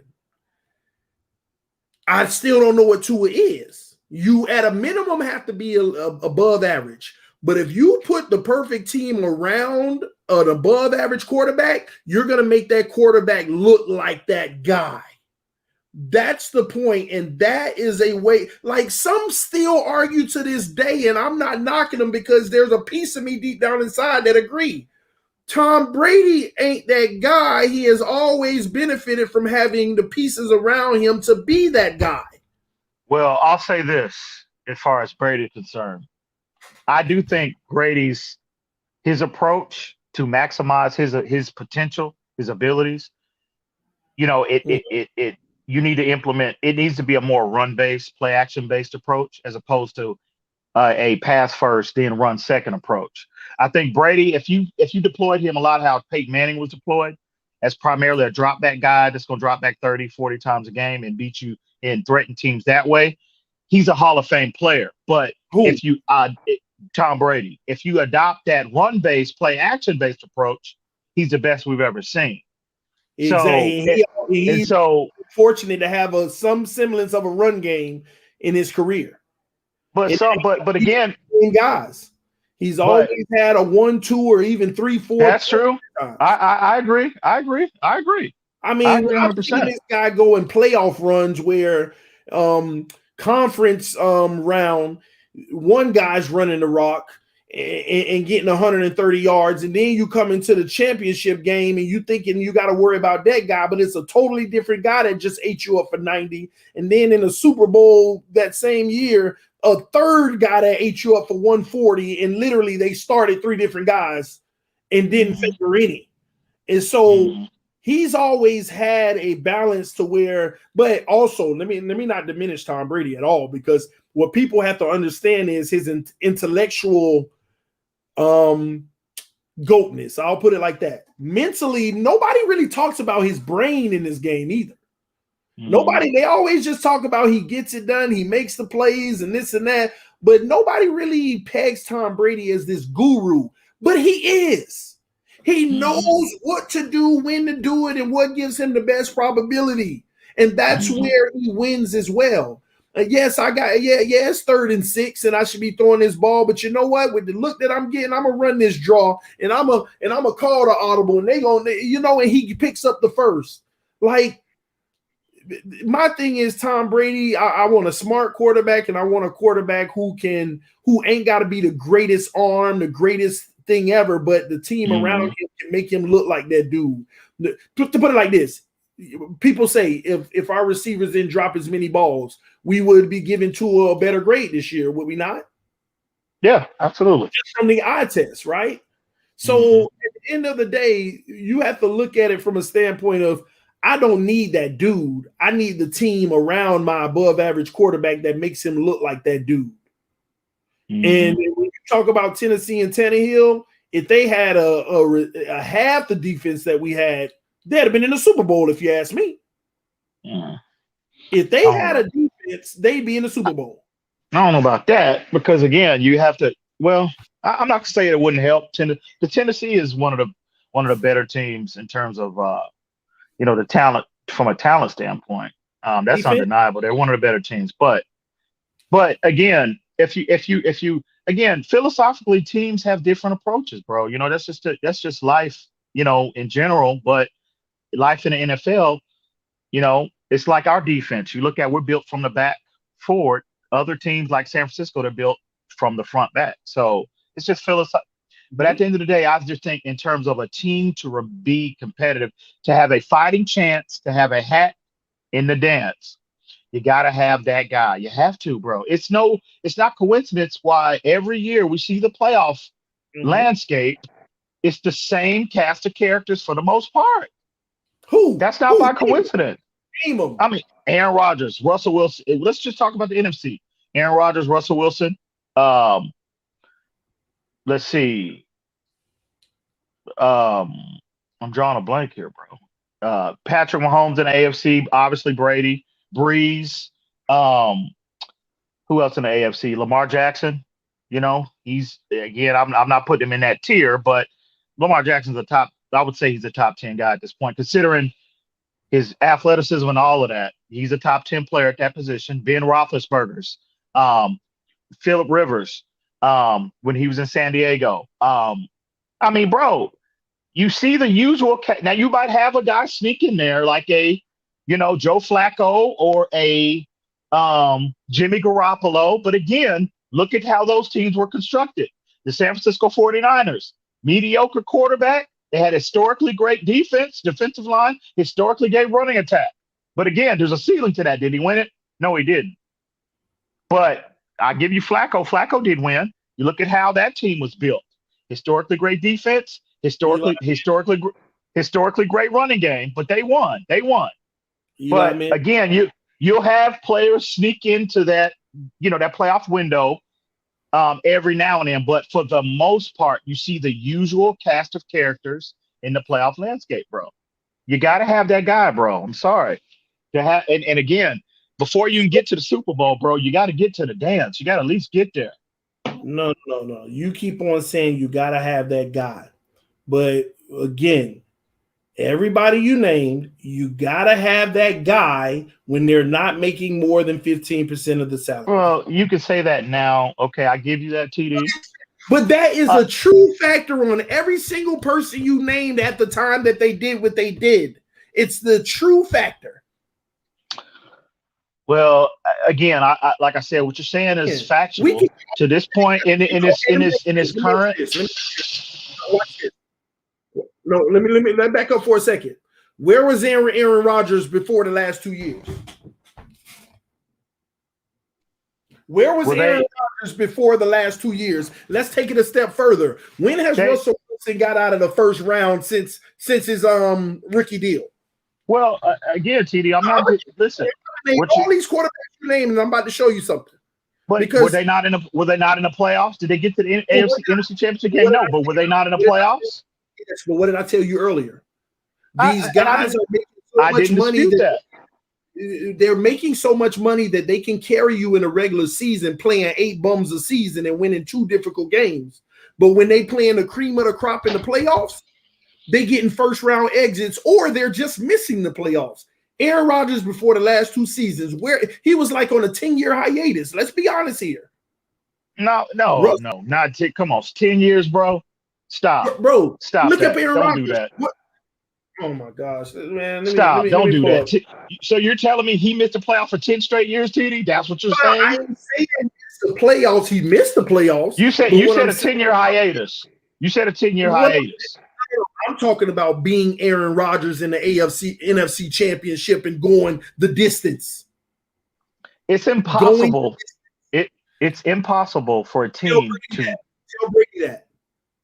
It's other than Brady's an anomaly, bro. What we saw, it's an anomaly.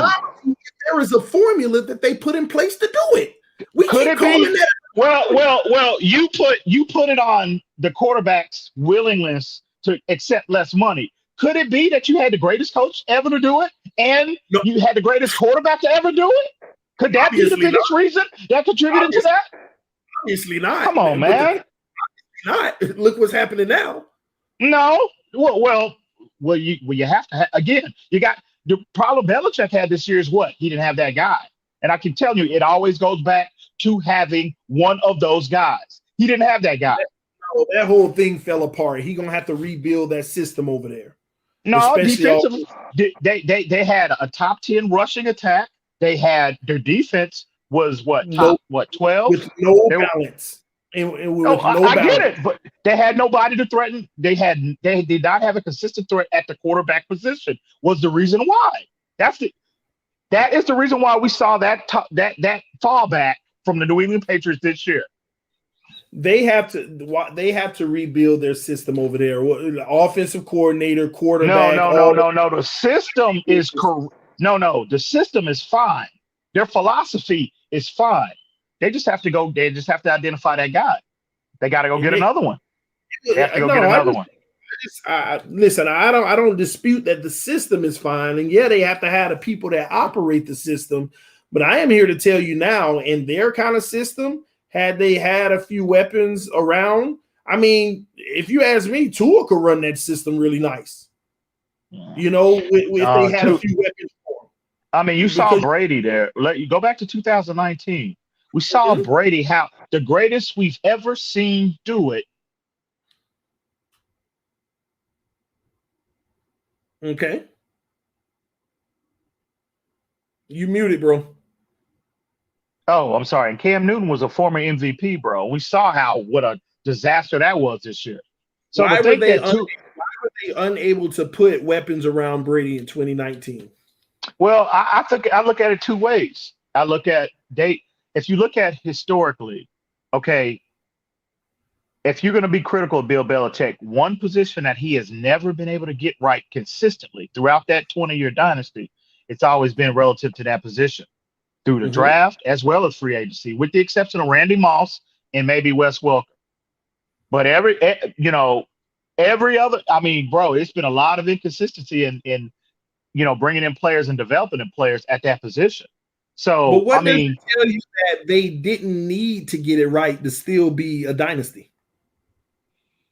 You got to give credit to Tom Brady, bro, for the most part, as well as Bill Belichick. I'm telling you. How does that make you feel, though? Because you say you got to have that dude, and typically that dude doesn't need as much to still find success out of it. So how does that make you feel about everybody saying Tua just needs more? Well, you got to consider. Well, no. No. Listen. Tua. Hang on. Tua needs more now because you have to factor in where Tua is in his NFL career, bro. He's a rookie on a 9-game sample size. He needs better. It's just certain things from a mental standpoint that he's not equipped to handle. That's normal. That goes along with normal development of any player transitioning in the first year. He needs more now. Who's to say? Look at Brady. Brady needed more earlier on in his career, but he developed. Credit to him. He put the work in and he developed and he reached a level to where mentally and physically to where he didn't need as much talent around him. His ability elevated everybody else as opposed to the other way around. Tua just needs more. Tua just needs more now, bro. Hold on. So let me get something straight. How did you feel about introductory Brady? First starts in the league, first season where he played. Brady was a relatively game man. He was a relative game manager, bro. His first, I would say, relatively a game manager. 3 games, 3 years, I would say, 2 to 3 years, I would say. He's a relative. We can all agree that he's not what we see now, right? Come on. Did you see those flashes from the beginning, though? Yeah, you saw flashes. Yeah, and you see, guess what? You see flashes from Tua. If you take emotion out of the evaluation. First off, if you know what you're looking at, that's number one. And then 2, if you take your subjective opinions about Tua out of the evaluation process and look at things objectively, Tua made flashes. Now, to the level of Tom Brady, I'm not saying that, but he made flashes, bro. It is what it is. He made Ryan Tannehill flashes. Yeah, oh, absolutely, bro. Absolutely. Come on, TD, stop, man. But again, Tannehill had more because Tannehill had a 16-game window. Tua only had a 9-game window, bro. Come on, man. That's why, that's where y'all kill me, bro. Y'all kill me. I understand, bro. Listen. I'm telling you, and I'm just not directly just towards you, but a lot of our fan base, bro, they're leaning on their emotions more, and they're allowing that to cloud their judgment in every way about this team. And y'all need to stop, TD. You included. I've been telling you that since day one, bro. Y'all need to stop this foolishness, bro. Like you were selling us. Stop this foolishness, bro. Stop it. This is what happened. It was a Saturday morning, and you knocked on the front door and said, listen, I got these cookies that'll change your life. I'm telling you, you eat one of these and you're going to feel like you're floating in heaven. For only a $5 round pick, you can have these cookies. Are they really that good? You'll never taste a better one in your life. And I handed you my $5, bro. And I shut that door, went in my kitchen, unpacked the cookies. I'm glad you brought this up. because I'm about to just. And then when I unpacked the cookies, before I even ate them, I was questioning a little thing on it, like, is that mold, a hip mold? I'm glad you. It gotta be fresh. It gotta be. You fresh. know what? I'm glad you brought that up, TD. I'm glad you brought that up. I bit into the cookie, and it still tastes like dough. Because I didn't read the instructions that said, oh, you have to actually put them in the oven and bake them. So I spit that out, threw it in the trash, put the rest of them on the baking sheet, put them in the oven. I turned it like the instructions said on 350 for 10 minutes. I let them go. 10 minutes later, I pull them out. And they were as hard as a brick. Mm. And I'm crunching on them like they crackers now, like they chips. So are you done? Are you done? No, I'm not done. And then I went looking for a refund. But on my way looking for a refund, I saw another cookie seller that was Watson's Cookies. Watson's Cookies. Best cookies in town. They even took the trade in of the bad cookies. Let me tell you how good this company was. They took the bad cookies and they threw them in the trash right in front of her face, but that's not here nor there. I don't know why. I think they might have still had value. I hope they had value still. And now listen. Watson's Cookies. To address what you said about listening to people, individuals like me, if you go back, okay, see, I'm glad you brought that up because you're putting all, and a lot, not just you, but it's a lot of people in this community that feel like they were, quote unquote, lied to. First off, I am really, really, bro, I'm blown away that people value my opinion that much. You know what I'm saying? I gotta admit, I gotta be honest. That's You greatly should be. appreciated. You I know mean, what I'm saying? you took a decline With on it. that, Go ahead. with that being said, okay, if you go back to pre-draft from an evaluation standpoint, I'm speaking because Don't you stutter. got to include Yep. no, because you got to include reason in this conversation too, because he's right alongside me. And we had our pre-draft evaluation. It is what it was. We selected him. Number one, obviously, y'all blaming us, but damn, where's the hate towards the Dolphin organization? They the one selected him. Did Chris Greer call Ian Dolphin fan and say, Ian, what you think? Should we go with Tua? Okay, you said yes. You said yes. I'm going with Tua. Click. Brian Flores, go ahead and hand the card in. Really? Come on. So that's number two. Number three, post-draft. We had a show dedicated to what Tua's projections from a statistical standpoint will be. If you look at what Tua finished with, if you project that out over 16 games, we were spot on. 22 to 25 touchdowns, 63 to 66% completion percentage. From a quarterback rating standpoint, we had a show dedicated to that. But when you go back to, pardon me, all due respect, you had a show dedicated to Tua's projections as well. TD Foolish Talk, Tua's first year projections. You said you projected him to throw 39 touchdowns. So who's the one so how do we mislead people? Y'all are putting that hang on. Y'all, I gave you the floor. Hang on. Y'all are trying to put that jacket on us, but who is more realistic in their evaluation? The 22 to 25 or the 39? That's what you said. That's fact. Did that not happen, TD? TD, did that not happen? Everybody in their mama knew I was trolling. I'm just telling you. I'm just telling you. 9 touchdowns. Oh, no. Don't try to walk that back now. Don't put them skates on now. Own that, bro. Oh, no. Don't put them skates on now, bro. Don't try that. You know I'm not going to let you get away with that, bro. Let's be honest. Don't do that, TD. Hold on. Let's be honest, bro. Now, stop playing now. Do you think it's even No, I'm being serious. Hold on. Do you think it's even possible for TD to be serious to project Tua Tagovailoa 35 touchdowns before the season? Not being his optimistic, hopeful self. I'm not a mind reader. I don't know bro. I can't read anybody's mind, bro. I can only I can only judge you based on what comes out of your mouth. And this is what you said. I'm just saying. But again, it goes back. Listen. It goes back again. That's why. See, we had that show dedicated toward these casual fans that thought this kid was going to come in and throw for 40 touchdowns his first year, bro. We had a show dedicated. That was the purpose.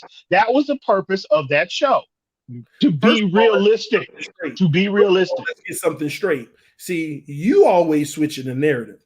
First of all, y'all projection was literally as if he was only going to play about 6 games.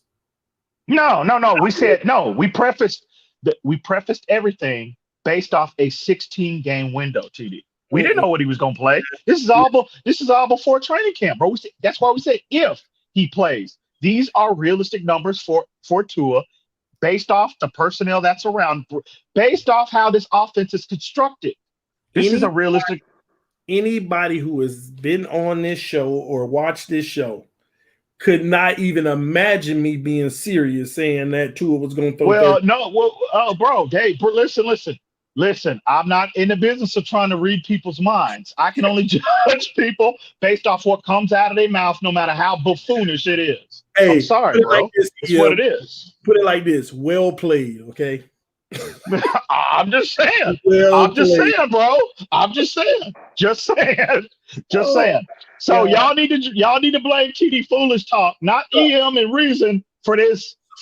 These unrealistic expectations placed on this kid. I'm the one who gave unrealistic expectations. Absolutely, you put it out there in the universe. 39, the best of all time in rookie season now. Now, when have you ever heard EM say that, bro? Come on. See, that's what I mean about the misinformation. Hey, I ain't never let me tell said you about that, your bro. misinformation. Let me tell you about your misinformation. Your little pre-draft and post-draft sequelical. Listen, you made it clear. Tua Tagovailoa is the type of guy that once they see him in camp, he's a day one starter. That's number one. I Don't said, no. Let me hang on. Let me stop you there. You're misinforming the fan base as well. Okay. Correct me if I'm I wrong. have, I have always prefaced everything in regards to Tua in terms of the acclimation process and health being completed. That's when his natural ability would take over, and they would be like, "Okay, well, we have something Bro, here." That he was I have gonna. been consistent about that. You said that you ain't in the business of reading through nothing. They say he was 100% healthy Yeah, to be on the field, yeah, TD.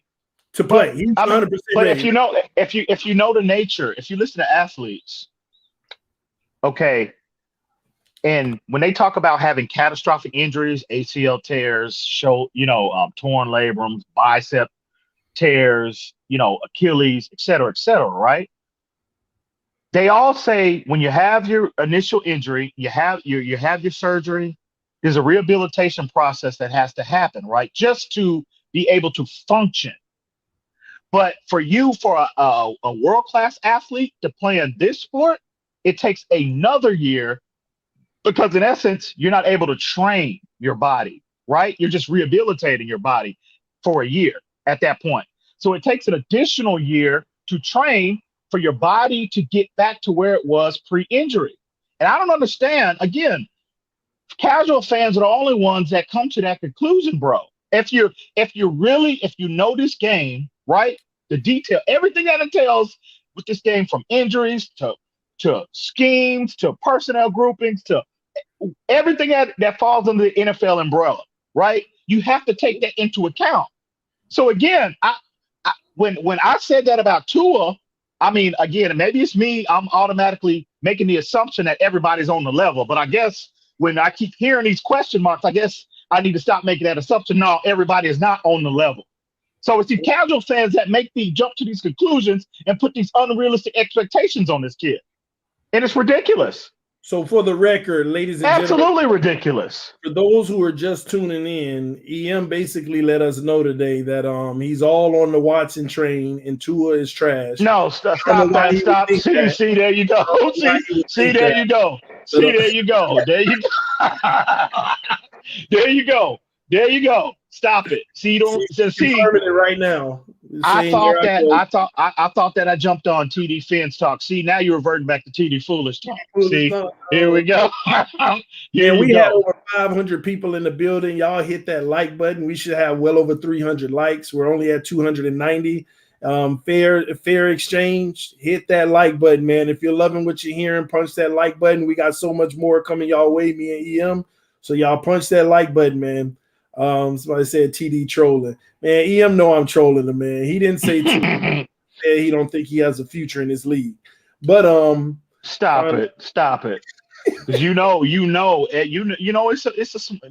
it's a portion of the fan base that it's like they're paying attention to anything EM says, and they writing it down, and then they DMing me. Yeah, you said, bro. So much pushback that I don't receive about this kid. But see, this is what's crazy, TD. Say for instance, Tua came out and we saw he was Josh Rosen reincarnated, right, in terms of his production, which we all know was at a historically bad level, right? If Tua fell on his face the way Josh Rosen did, okay, that's fine. I'll be the first one to say, look, I'm wrong on that. I missed. You know what I'm saying? I missed. But but what the fan base did do, what they failed to take into account, again, I'm not trying to poke my chest out here. I'm just stating facts.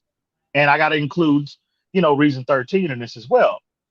They're disregarding the accuracy, how accurate we were in pretty much all the other aspects of our team leading up to the season. We basically forecasted the entire season for the entire year for this fan base, bro. I mean, from free agency, leading up to the draft, to training camp. We talked about reason a ball game, broke down schematics, We broke down personnel groupings. We broke down techniques, the whole nine. But it's up, and we were crazy accurate, bro. Crazy. We would say one thing one week leading up to the game on Monday, right? Our post-game show.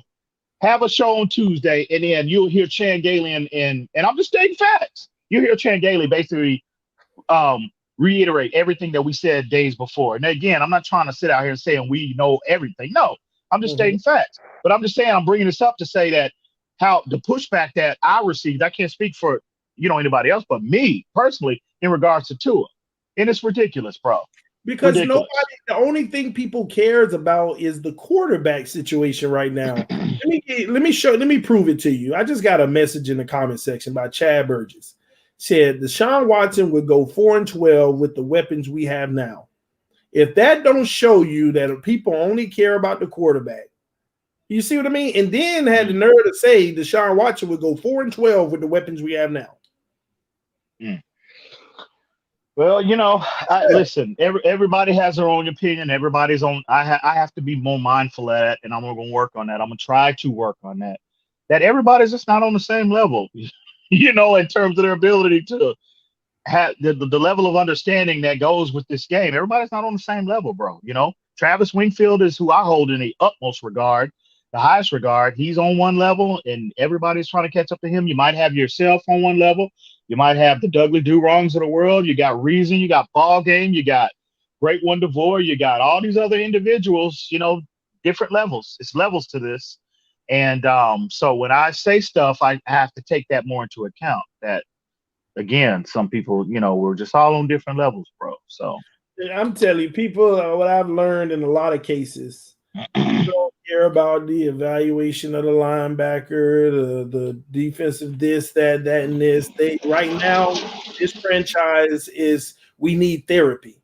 We've been through too much quarterback trauma to care about anything other than the quarterback. That's why people want to get that right. And that's why I feel like Greer need to go ahead and get Watson and heal this fan base. Watson will be the immediate medication that this fan base needs, period. Because you know why? Because even the people that didn't want Watson, who's going to hope that he fails and say, told you so, see, we should have just, it's not going to happen. He's still going to ball out, and you're going to be right on board immediately. Watson is the answer to heal us. Tua, even if he makes improvement, will still be subjected to 50-50 criticism for the next 4, 5, 6 years. Facts. It's inevitable. Well, I'll say this, considering where they are as players, as we're sitting here at this point in time, as where these two players, where they are as players, the level of play, I'm talking about their level of play. It's not close. And I'm sorry if that makes people feel uncomfortable, but again, I'm not in the business to try to tell you what you want to hear. I'm here to report the facts. And so when you say not close, on a scale of 1 to 10, where do you put the two? I would say Watson is about a 9-ish, 9.5. And I would put Tua. I would say Tua is. Say it loud and proud now, because you said it ain't close. I'm trying to understand this. I don't want you. Well, I've said that he's 3 times the player. I said no. Can I answer the question? You gonna let me answer the question? Well, I've been consistent in saying he's 3 times the player. I think at this point in time that Tua is. Tua ain't no 3 now. That's unfair. No. Well, I'll say I will put Tua at a 5.5 right now. I'd say he's average. He's average right now. Which Tua is a 5.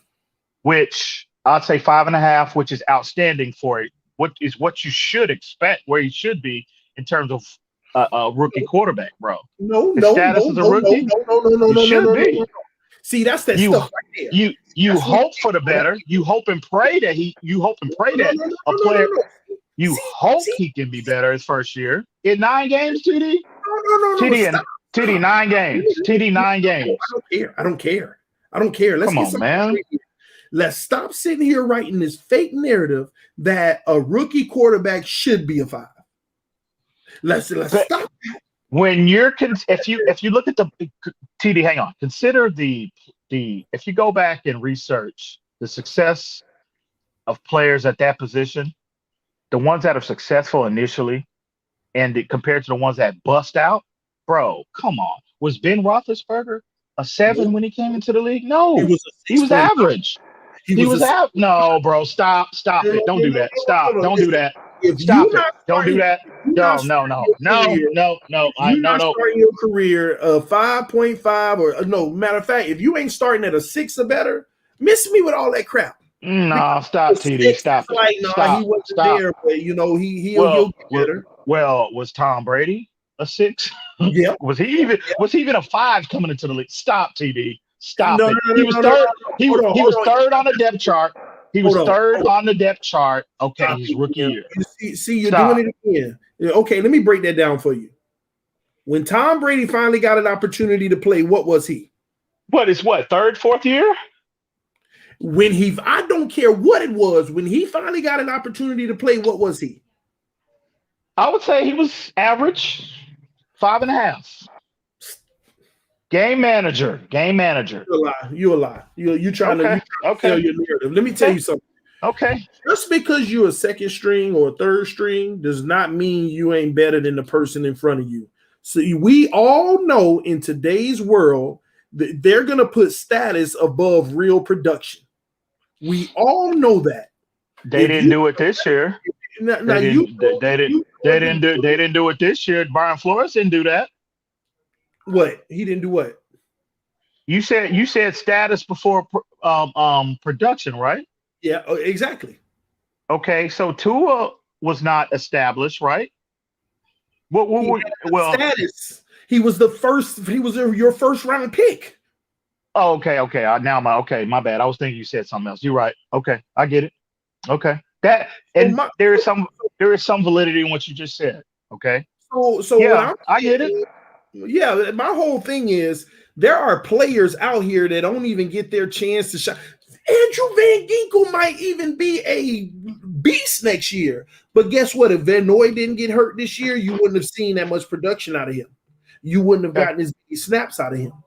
Well, that's typically how it happens. A guy get hurt and the next guy go, look at Dak Prescott. You know what happened? Romo didn't get hurt. Would we be talking about that today? Was Eli Manning a 5 when he got an opportunity to play? Was he a 6? Eli Manning was a. I asked you a question. I asked you a simple. He was the number 1 overall pick. He was the number 1 overall pick.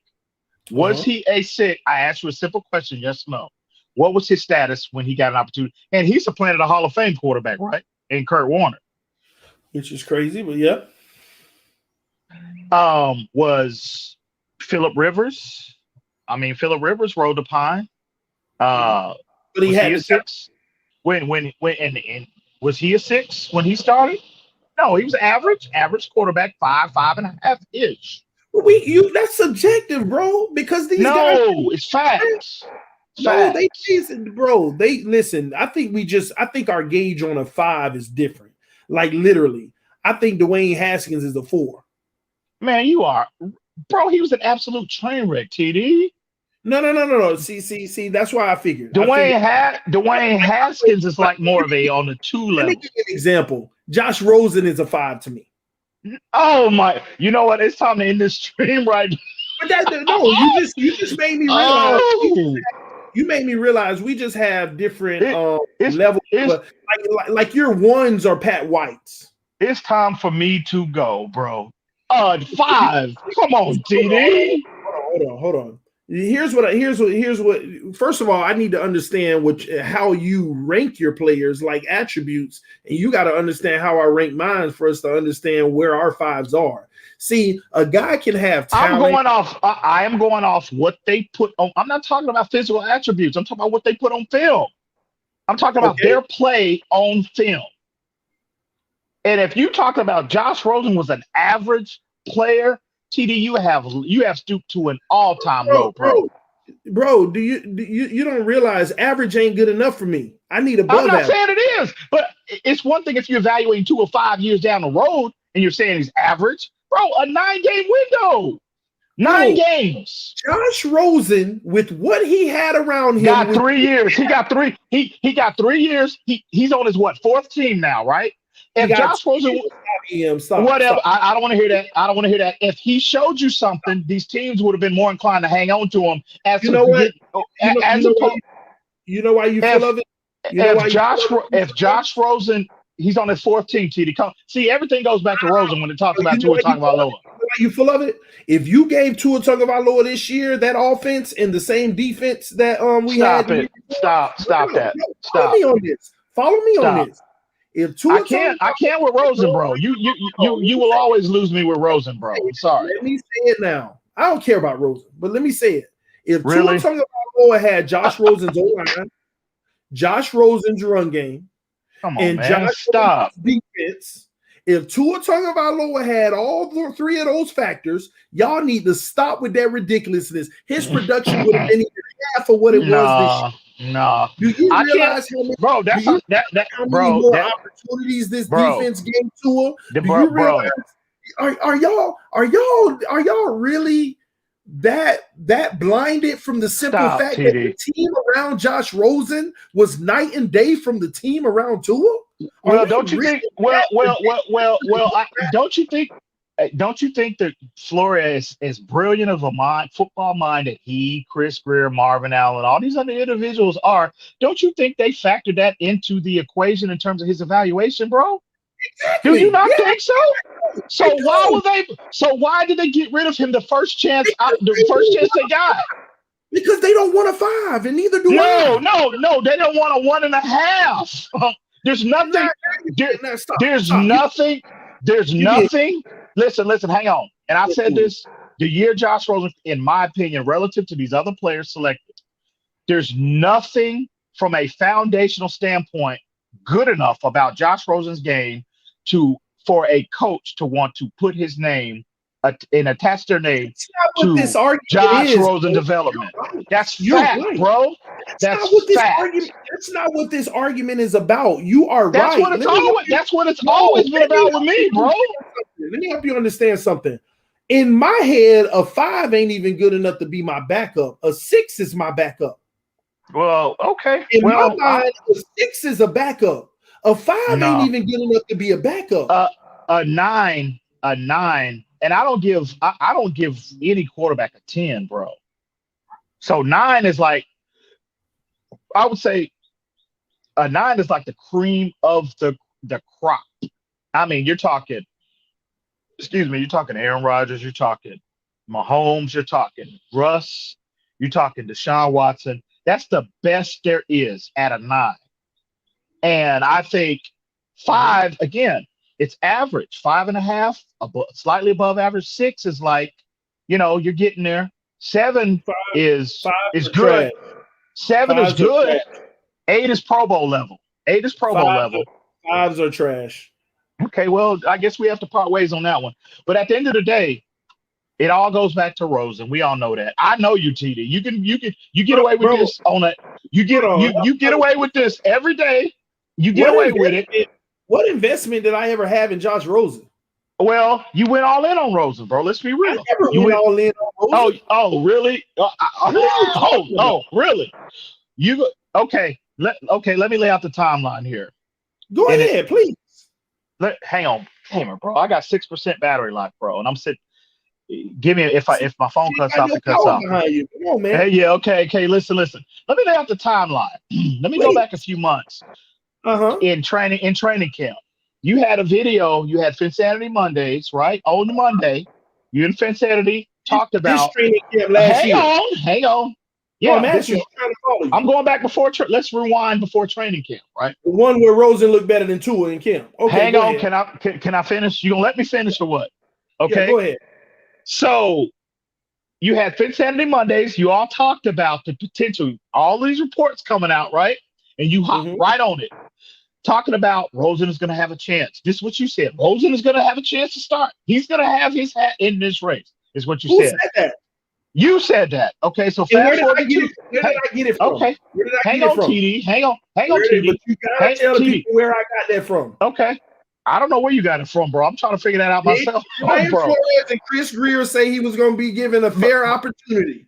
Because I know you didn't get it from the film. The film should have told you every damn thing you need to know Did about Josh Brian Rosen. Flores and Chris Greer come out and say he will have You a fair ignored. opportunity? You chose to ignore the most I important want you to answer that aspect. question, Liam. You chose to ignore the most important aspect of an evaluation process. It is the tape. Because the Why tape don't won't you lie. answer that question? Chris Greer will lie to my face. Brian Flores will lie to my face. The tape don't lie, bro. And that's what you All chose I'm to doing is ignore, going off which of is what what they we were said. telling you, which is what I was telling you, leading up, all backdating a year prior, leading up in this process. You know it, I know it, the tape is out there, and your fan base knows it. So anyway, let me finish laying out the time. Let me finish laying out the timeline. Mhm. You had Finsanity Mondays on Monday talking about making your declaration that Rosen's going to have a head in his dance. You said that on Monday. You said it on Tuesday. Then you had another show on Wednesday, and you was just going. And I said, man, TD is on something tonight. You was going insane, foaming at the mouth, spitting everywhere, talking about Rosen is going to start. I'm telling you now. And then they wind up cutting him while you was on there. I tell you, in my brief history in this YouTube community, bro, that was one of the most rewarding sights I've ever seen. To see your face when they cut Rosen live while you was on air while you were streaming live. Oh my God, it was so. Only thing that matters is it was so. I gotta be honest. You asked me. I'm trying to give you the answer. It was so therapeutic for me. Oh my God.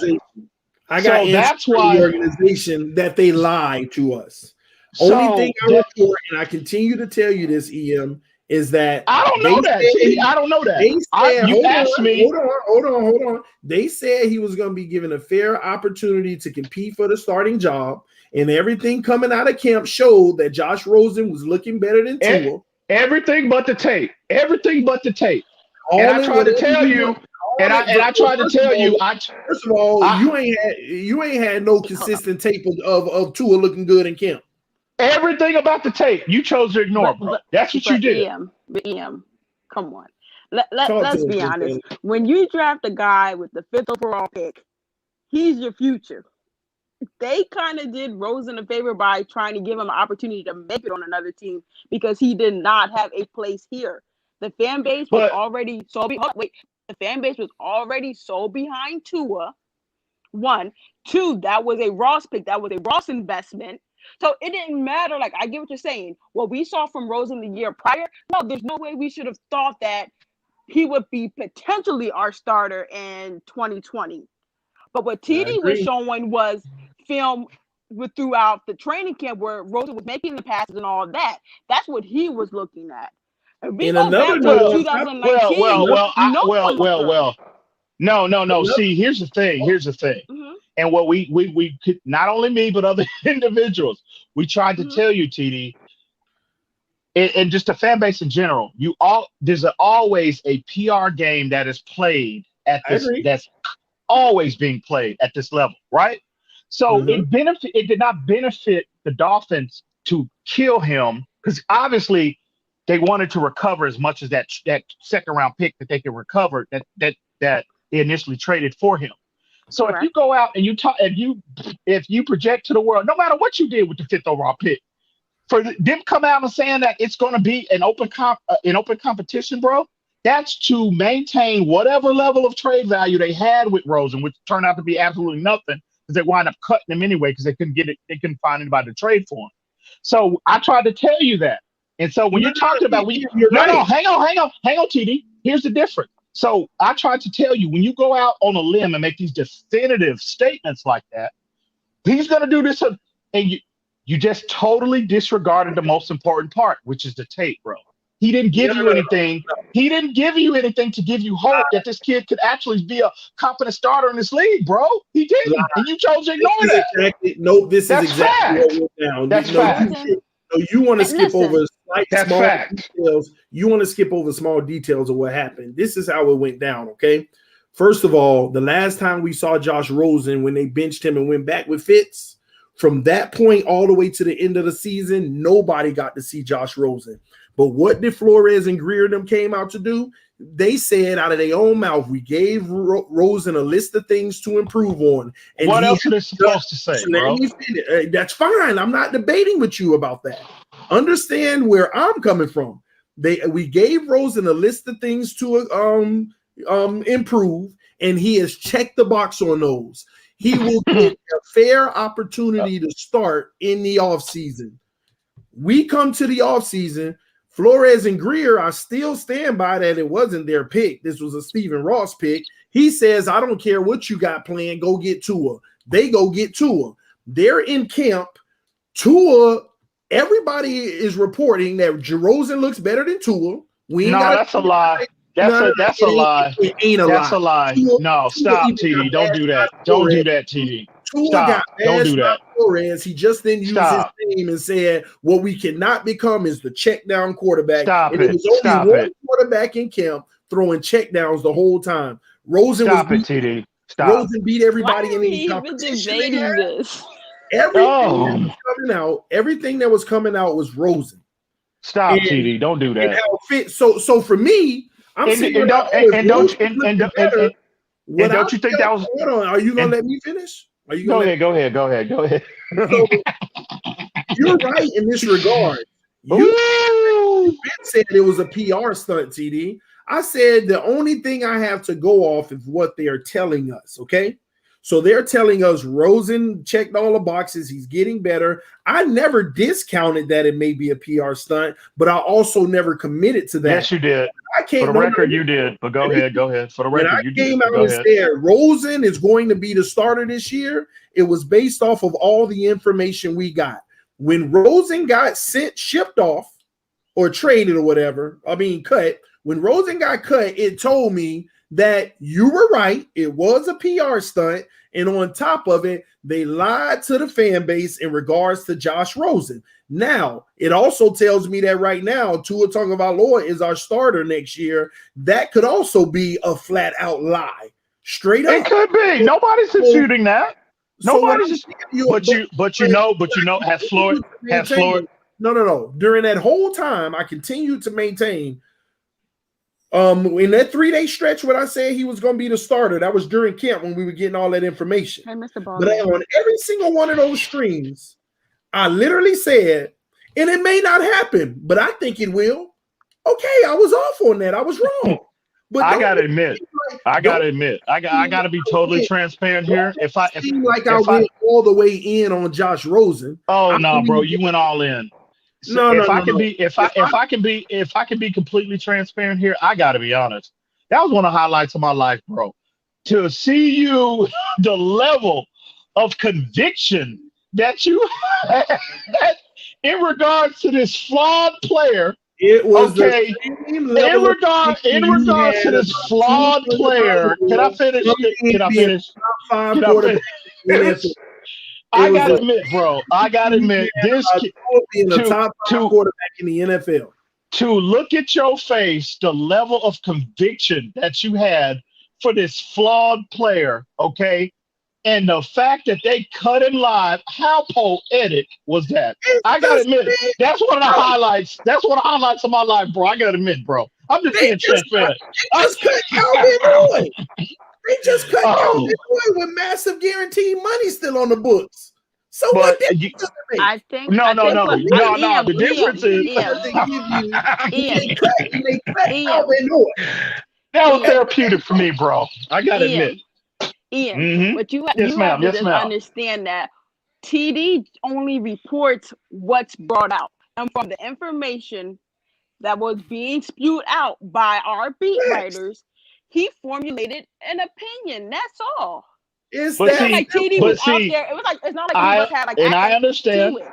And I understand. You don't beat him up too much for it. No, I'm not beating him up. No. Let me finish. Bothered by the opinion that you keep it so that if that opinion don't come true, you know, I told you. No. Why do we think we have a chance at Watson? Because of what these beat writers are out here reporting? Because of what Watson said? We only have access to so much. So in order for you guys to do what you guys do and the way you guys do it in a phenomenal way, sometimes you have to rely on the opinion of someone who's getting first, hand, sight and vision of what's going on in these training camps. And granted, TD went out on a limb. Now that limb had snapped on him, but at least he went based off of people who were like out there. But see, here's the thing though, Finsanity. I understand that, Finsanity. If we don't watch it, it's gonna be the same thing again. It ain't a big deal. I understand. I understand TD. I understand TD's approach, Finsanity. But these are two different situations. Okay. No, again. Yeah, these are two different situations, right? You lied to people and said, hang on. You stapled your name to Josh Rosen. This is what you did, TD. And listen, hang on. And I'm not talking about what they. Again, I told you about the PR game initially, right? But see, if TD would have had something film based to substantiate that, because look, TD has a level. Everybody has a level. When you're watching tape, you can say, again, we're not, well, I can only speak for myself. I'm nowhere near on the level that Brian Flores and these other individuals are. But if I can see glaring deficiencies in a player, don't you think they can as well? 100% sure they see it. And Rosen's tape was historically tragic. And that's why I couldn't understand TD's approach. Because I'm like, damn, you sell yourself as, okay, not only a YouTube personality, but a film-based individual in this community. And I'm like, TD, what does the tape tell you? What does the tape tell you, TD? And the tape told you, hang on, let me finish. Hang on, TD, hang on, let me finish. Hang on. Can I finish? TD, let him finish. Can I finish? TD, let him finish. Can I finish, TD? Can I finish? So the tape told you, told me, told my chihuahua that this kid was horrible. Absolutely horrible. You didn't have to have a vast knowledge on how to break down and interpret NFL tape to understand that. And this is why we offered you so much pushback. Like, what the hell is TD going out on a limb? I mean, going out and have such conviction about this player. And again, that leads me to my narrative about, I thought, and I could be wrong, and I'm not accusing you of anything, but I thought that it was something personal with Tua talking about. You really did not want Tua so bad. You were blinded by your disdain, perceived now, okay? But that's perceived. Hang on, TD. Can I finish? You were blinded by you wanting Rosen. You wanted to be so right about Rosen. It blinded your objectivity with Tua Tagovailoa. And that was my major issue. My only issue. But I gotta admit, so in closing, I gotta admit though, oh my God, it was poetic. To see your face live, bro. When they cut him, oh my God. I'm telling you, that's one of my life's highlights, bro. Well, I'm glad that you can get some enjoyment out of it. For me, just saying, bro. Just saying. I thought that your hate for Josh Rosen was why you were building Tua. No, it's always film based. It's always film based, bro. It's just what I thought. It's what I thought. And then when I watched Josh Rosen's film, it made it really hard to evaluate because he had the worst O-line in the league for 2 years straight. Different play callers throughout that tenure, and on top of it, just a bad system being run with wide receivers and everything. I mean, but I told you, we talk about Tua not having stuff around him, and then Josh Rosen is double of that. But see what does that tell you, TD? Then on top of it, literally no running game whatsoever. Like none. I ain't talking about a little spark from Gaskins and Ahmed. I'm talking about he didn't have a running game. The offensive line was putrid. So TD, what? Hold on. It's hard for me go ahead. to actually give him an evaluation. So the only thing that I can't evaluate his pocket awareness when it's broke as soon as the ball is hiked.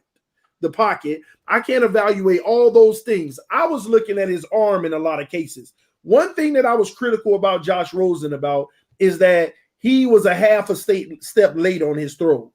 Like, throw the ball. Oh, now he's throwing. And again, TD. And again, TD. Okay. I'm glad you brought that up, right? When you're talking about, a fraction of a step late, that is, it might not seem much to me, It might not seem. Everything. It's everything in this game, bro. And that's what. But again, Tua has flashed the ability to anticipate. Josh Rosen never did, bro. Not consistently. Zero anticipation. Come on, TD. Hang on. TD, let me make this. Hang on, TD. Hang on. Let me make this point. Damn, bro, you made me forget. Hang on. Give me a minute to gather my thoughts. Hang on. Zero anticipation this year. Damn, I forgot what I was gonna say, bro. God, see, dealing with this foolish talk, bro. This riles me. Address that. Man, what was I gonna say? Address that. Tua has zero anticipation this year. This what I was gonna make. Oh, bro, you are out of your mind, bro. I can bring a pull up, bro. I wish I had access to pull up his tape, bro. Are you serious?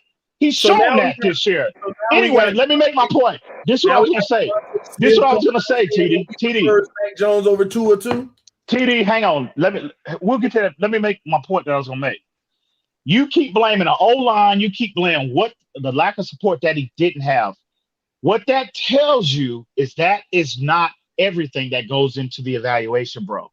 If you go back, when I brought up on your show, when they asked Brian Flores, how can you get a firm evaluation on Josh Rosen if he's not on the field, right? On Sundays. He said, we don't need to have a player on field to get a firm enough evaluation on a player to warrant a further investment. He told you that. I told you that after he said that. We talked about it on your show, and you said that's ridiculous. A further investment. So obviously, Josh Rosen did not show you enough. If we know, that tells you everything you need to know about personnel support around. It's not the end-all be-all in terms of evaluation, bro. It's other things that come into it to where they have other ways to get. Hang on. There are other aspects of the evaluation that go into to gauge a player's development, bro. Like what? Obviously, bro, it could be anything. It could be obviously a player not being on the field Sundays. Obviously, in practice, they see these players 6 days a week, right? I mean, and I don't know how they, in terms of accelerating a player's development, I don't know what kind of drill specifically what they go through on a daily basis. I don't know. I'm not in training camp. But what that tells me, hang on. So what that tells you is that in terms of lack of support, it's not the end all be all that goes into the evaluation, bro. It's not. Obviously, he didn't show them. Obviously, he did not show them enough. And not only the Dolphins, but the Arizona Cardinals, the Dolphins, the Tampa Bay Buccaneers, and now the San Francisco 49ers. That's 4 teams, bro. But here's the thing. Hold on, wait a minute. If anyone really thought that Josh Rosen was going to go to the Bucs and start over Tom Brady, come on, let's be realistic about that. He didn't even crack the active roster. They left him on the practice squad. There was no need for him to crack the. There was no need for him to. You know what, TD? He can't be a backup. He can't even because he's the resident Josh Rosen expert. But my thing is, go ahead, Ian. I want you to finish your point. Go ahead. Can he at least crack? Can he at least get the backup status? Can he at least get to that? Who else did they have behind Tom Brady? Bro. Who else? I'll wait. Come on, stop. Y'all need to stop. You've been fooled. TD, at the end of the day, you've been fooling yourself about this player. You need to get over it. I'm here to help you, bro. I'm here to help you. I'm here to help you, bro. I'm here to help. You brought that up because it doesn't matter with Rosen with me. No, I'm saying no. They lied. It was like, okay, now I understand that you can be lied to. No, why it always goes back to Rosen is Tua and Rosen in terms of TDPHINSTALK, they're tied to each other because again. You knew that you displayed for the world to see.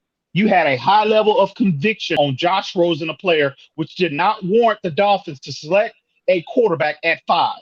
The Miami Dolphins gave us the indication that he would be a contender for the starting job the following season. When they drafted Tua Tagovailoa, that told us that those chances reduced, but at the same token, he would be given a fair opportunity. I already knew something didn't add up because why would you draft someone number 5 overall? But we also had of Steve Ross. You were even reported to try to move up to the first spot, EM. So, I mean, yes, they tried to go get Joe Burrow at number 1. So, in closure with this Josh Rosen narrative, bro, just eat the L, and move on. He's done. Well, I've been ate the and L. Please, hang on, TD, hang on. And I'm just saying, in regards to, let me finish. In regards to Tua Tagovailoa, not just you, but all these other Rosen truthers that was following right behind you down that train, following that train, they were following right behind you. Please, y'all stop letting this roll. Hang on, TD. No one Please stop. cares. Listen, TD, hang on. Please stop allowing this Rosen narrative to cloud your judgment, okay? Clouding your ability to be objective in your evaluation of Tua Tagovailoa, because that's what's going on, bro. You know what? You want it again. The tape don't lie. What's interesting about this? You see, this is what you do. You call it. Now watch. I'm finna put something on blast here real quick, y'all. And I want to tell y'all the difference between these 2-and-ears, which EM is a 2-and-ear. All right. No, bro. I'm a Dolphin here. I'm a Dolphin here, bro. I'm a Dolphin here, bro. Let me show y'all the difference here. Let me show y'all the hold on. Let me show y'all the hypocrisy real quick. So we get Josh Rosen and we support our quarterback, and we get killed for doing it. We get Tua and we got questions. And you should. And you should. And you should, TD. You should. Tua. Hold on. No. We get Tua and we have questions about it. And y'all ain't real fans because you support your quarterback no matter what. That's the hypocrisy in these people who put Tua above everything. See, I never said that. I never said that. No. Let's get something straight. You yourself, just like you said, I was biased because I would pick on Tua and do stuff like that. You had that same energy. You had that same energy with Josh Rosen. That's not because even talking about TD, because it's based off film, TD. That's what you're failing to realize. But no, hold on. It's one thing to talk about film, but did you not pick on the kid ever? Be honest. It's always film. I don't know nothing about Rosen personally, bro. Fun with Rosen? Did you not have fun with Rosen, and pick on him? Yeah. Looking at it because he was that bad, bro, on tape. He was horrible. Yeah, you goddamn right. I was laughing. I'm sorry. You right. I have a joke or two about Tua and TD taking it too personal. I feel like you should be doing it. That's what you did. Nah, bro, stop, TD. Because there ain't nothing on tape, especially, I don't think there's nothing on tape that warranted from a Miami Dolphins standpoint, and for damn sure there was nothing Alabama related on what Tua put on tape to warrant your criticism of him, bro. Stop. Listen, I've always come from a film-based perspective in my criticism of Josh Rosen. All my criticism of Tua Tagovailoa has been spot on and hasn't been proven to be. You're wrong, bro. Tell me what I said about Tua that has been proven to be false. See, we should have started our conversation off from here because my time is limited. You know that. So I overstayed. I got it. I understand you got to run from this heat right now. Oh, really, bro? See, I knew you was gonna say that. I knew it. And then you got your followers that are gonna hop on that train. Oh, yeah, run a stop, TD. It's okay, man. I understand you gotta get you never ran from a discussion. You never ran. EM been on this stream for like 2 hours and 20 minutes, and now he got to run and get back to work. See, I'm telling y'all. Well, I tell you what, I'll continue I'll continue. I have that luxury, and it's a beautiful thing. I'll delay my situation just a little longer. No, it's okay, man. I understand if you gotta go. I mean, you want more? I've been busting you up for 2.5 hours, bro. How much more do you want? Really? Well, wait a minute. Hold up, EM. I've been busting your behind up for 2.5 hours. It is. EM, I would say this: the way you came on here today. I was, you know what? I was truly impressed because you were being objective. You were giving us facts and all that. And you and TD. That was his twin brother. Don't give him credit. Y'all were having a great dialogue and conversation. And then, I don't know, this last 30 minutes. You know what? Finsanity, you know what? Finsanity. TD Fins Talk brings that level of articulation out in me. TD Foolish Talk, on the other hand, TD Foolish Talk, on the other hand, I'm sorry. I have to stoop down to his level at times. I apologize to you and the fan base. You know what I'm saying? I think we should make a concerted effort to, yes, there has to be some form of accountability, but we also have to understand the circumstances around the moment. And hindsight is always 2020. So I'm not going to, beat up on EM, for having analysis based off of Tua's college film and college tape, because what he was saying at the time based off of that tape was accurate. You feel me? And he tried to back it up as possible. Now, but now that he's on a pro level, it's different circumstances, and he does have to get acclimated, to playing, in the NFL. I agree. People forget Tua did not just come onto Bama and just start from the rip. Jalen Hurts was starting from in the beginning. People, can go back that far and remember. It wasn't until I think the national championship where that spark hit. So even throughout that year, they let Tua develop, Tua learn, and all that. And a lot of us did not expect to see Tua so early because our bye week was like week 11 or something. But then due to rescheduling and all that, Tua made an earlier appearance. So I mean, a lot of things kind of got off track and all that. But I feel like right now we have to acknowledge that Tua is our quarterback. We have to acknowledge that there may or may not be a trade where we switch. But I feel like all of this is just, more, I don't want to say it's dysfunction, but it's showing that even after a 10-win season, we're still hungry to get better. And that's what's great about Greer and Flores. They're going to exhaust every option to make this team as competitive and have the ability to win, no matter which route they decide to go with. We just have to, sit here, wait, talk about it, and, fill up time and space. Finsanity? I agree. I would agree. You said EM was just going off of his evaluation in college. Tua never made Alabama successful. Everything around him made him successful. And then when he get in the NFL around not as much, he don't do nothing. Isn't that what every quarterback? We saw a. Hang on, Chidi. I was talking first. So then go ahead. So then you got the quarterback before him, and then the quarterback after him, putting up the exact same numbers, if not better. And now today, even Devontae Smith says that he prefers Mac Jones as well over Tua. Jalen Waddle. You listen. You can look. Listen. You can look at that. Receivers now saying they want to. They take Mac Jones over Tua. I cannot definitively rebuttal that. I can't, bro. That's a perspective. You can look at things from that perspective. It is legit, okay? But I will say this in regards to a quarterback needing support.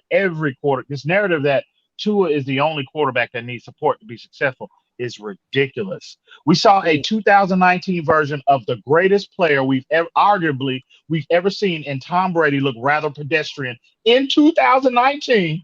And he goes, because of the lack of support offensively that he had, he goes to Tampa Bay, and it just reaffirms that he's the best we've ever seen it due to the support that he had. So all I'm saying is this, bro. Every quarterback, it's like this fan base thinks Tua is the only one that needs support, and it needs to stop. Every quarterback needs support. You just need to draft Mac Jones at number 3. Listen, to be honest, Mr. Ballgame always says it's the best to me, and he always reiterates this. The quarterback position is the most dependent position on the field. And the more talent you have around you, the better you will look, as a quarterback, because that means you have a better team. So I feel like if Greer and those guys want to build around Tua, then sure, go ahead. If they can find a way, I'm good either way. I'm good either way. Either way, and I feel like we have to understand that. And go ahead. What's up, EM? I was gonna say this is a unique situation that the Dolphins are in. Either route they go, Tua would have to perform. Not to, open up old wounds, but no disrespect, TD, but Tua would have to be on a Josh Rosen type level to mess this up. Why can't we just say you know what I mean? Why can't we just go with that right? No, okay, well, Josh Rosen level. Because no one thinks that Josh Rosen got a fair shake. Let's be honest. Even you can say Josh Rosen never got a fair shake in Miami. Yeah, he did. Yes, he did. Yes, he did. See, but anyway, I emphatically disagree with that, but no disrespect. If Josh Rosen had this team around him, what you need to understand, EM, even if it was blinding, even if it was a fictional, like if it was hiding the issue, if Josh Rosen had this team around him, he would look better. Even if it was hiding the real issue. You had the owner. You had the owner now, not players, not coaches, not scouts. You had the owner coming out publicly in a public forum, right? Criticizing this kid, which is completely unprecedented to my knowledge. I've never known an owner to come out and be critical of a player like Stephen Ross did with Josh Rosen. At the end of the day, y'all keep saying, bro, he didn't get a fair chance. He didn't get a fair chance. Bro, the fact that he was drafted gave him all the chance that you need. It's up to you from that point to put the work in and develop and get to a point where a team wants to continue their investment in you. Right. He dropped the ball. He didn't get it done. He's flawed. He's deficient. He's done in Miami and probably in the NFL. First of all, accept it. Digest that LTD and move on. Let's move on, bro. Stephen Ross was one of his quarterback, and he was salivating at last year's draft class. Like, let's be honest. He was like a rabid dog looking at last year's draft class. That's because he still is looking for his franchise quarterback. He has not had that. And all the years that he's been here, he has not had someone, no offense, TD, to where he can absolutely hang his hat on. And the fact that he has invested so much money into this organization, he's saying, y'all better find me my guy, or heads are about to start rolling. He's fed up. He is literally livid and fed up, but he's trying to do it in an amicable way. So yes, him going on and saying something about Rosen, he was basically letting them know, like, hey, I don't want to rock with this kid. I like, what's coming out in the draft. Y'all better get me one of these. So much he was willing to mortgage. You talk about mortgaging our future for Deshaun Watson. He was going to mortgage the future to go and try to get Joe Burrow. Yep. Like, let's really talk about that's a good point too that we didn't talk about. That's how desperate Stephen Ross is to find his guy. Because he I don't blame him. I don't blame him. I'm not disputing that. I'm not disputing that. You would get no pushback from me. I agree. And that's why if you invest in something, you want to see a return on it, correct? I agree 100%. I agree 100%. So we didn't even bring that up, EM. Remember, we talked about that off camera. The simple fact that if he was willing to give up 3 firsts for Burrow, what you think he willing to give up for Watson? Well, I said that. I said that publicly. I said this on Finside NFL yesterday. If you think for a minute this dude was willing to mortgage 3 first-round picks and additional capital to trade up for a unproven commodity, what in the world you think down that Deshaun Watson is available? If you think he will not, he would hesitate in acquiring this player, you fooling yourself. I said that yesterday. I have a question. Now, again, that makes people feel uncomfortable. But again, I apologize. But these are facts. This is the reality. I have a question. We just brought in Ann, I guess be like the head of our communications or whatever. Yeah. Do you think? Right. Yes. Do you think that they might have made that move because she might have a relationship with Nick Caserio in Houston? I'm just saying, like. I have no idea. I didn't even know. I didn't even know that. I didn't even know. I don't think it's because of the relationship. I think it links to the fact that Flores just spoke last week to the all women's. It was like a conference where he got a chance to speak to all women coaches, and basically his biggest advice to them was, if you're early, you're on time. You're on time. You're late. It's unacceptable. But he basically putting his backing that up. They hired a PR in the front office of Miami. It's the 3rd female PR representative. Basically, she's going to run the entire public relations department and communications department for the Miami Dolphins. And it's the third female in the NFL to receive such a position, which is a very high position. So all the stuff coming out, she's the one that's being hired to put the twist on it, make it look good, make it look bad, whatever is necessary. But if she has relationships with I didn't know about the relationship Insanity with someone over in Houston. They're both from New England. Casario is the new GM. Am I correct? EM Casario is the new GM in Houston, and they both were in New England last year. Everything matters, man. Everything matters. This is news to me. I didn't know that. This is news to me. I also have another question. What do you guys think about not a single player coming, like with amidst all these rumors and, no player coming out with any show of support for Tua? Like, we haven't thought about that. Not a single. I mean, Tua's a great leader and all that, and I understand the business and all that, but, like, what do you think about that? Well, I mean, what are they supposed to do? To be honest with you, I mean, really, what are they supposed to say if you're a player? I mean, you could say anything. I mean, there hasn't been any. Number one, there hasn't been anything confirmed yet. Okay, in terms of the Dolphins' level of interest in pursuit of Deshaun Watson, there's nothing that's been confirmed yet. All we know is we're going by what they said in their Zoom, their season-ending Zoom session. They said Tua is our starter. Now this is pre-Watson becoming available, potential him becoming available, but they said that Tua is our starter for 2021. That's what they said. So in terms of from a player perspective, that's all you can go by. I mean, I don't know what you want the players to do. This is all at the end of the day until. But there was also a report that hold up, because wasn't there also? I don't remember. Go ahead. Sorry. Go ahead. Until something is confirmed, this is all innuendo. This is pure speculation. So I mean, I don't know what players are supposed to do about rumors and innuendos. Now, if they come out and say, "Yeah, we're entertaining possibly acquiring a player like Deshaun Watson," well, that's different. But they haven't done that to this point. So. But wasn't there also a report like that got leaked that some of the anonymous players, weren't sold on Tua? So I'm saying if players can anonymously say, we don't believe in him, they can anonymously say, what, Tua is our guy back. Like, well, if you look at, go ahead, sorry.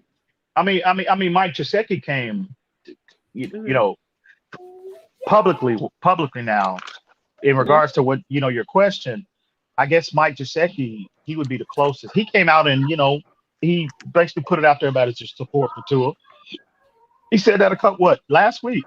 He was interviewed by someone, and he was saying, "Well, it's okay. That's what you want to believe." But again, I mean, I don't get it until something is confirmed. And again, those anonymous reports.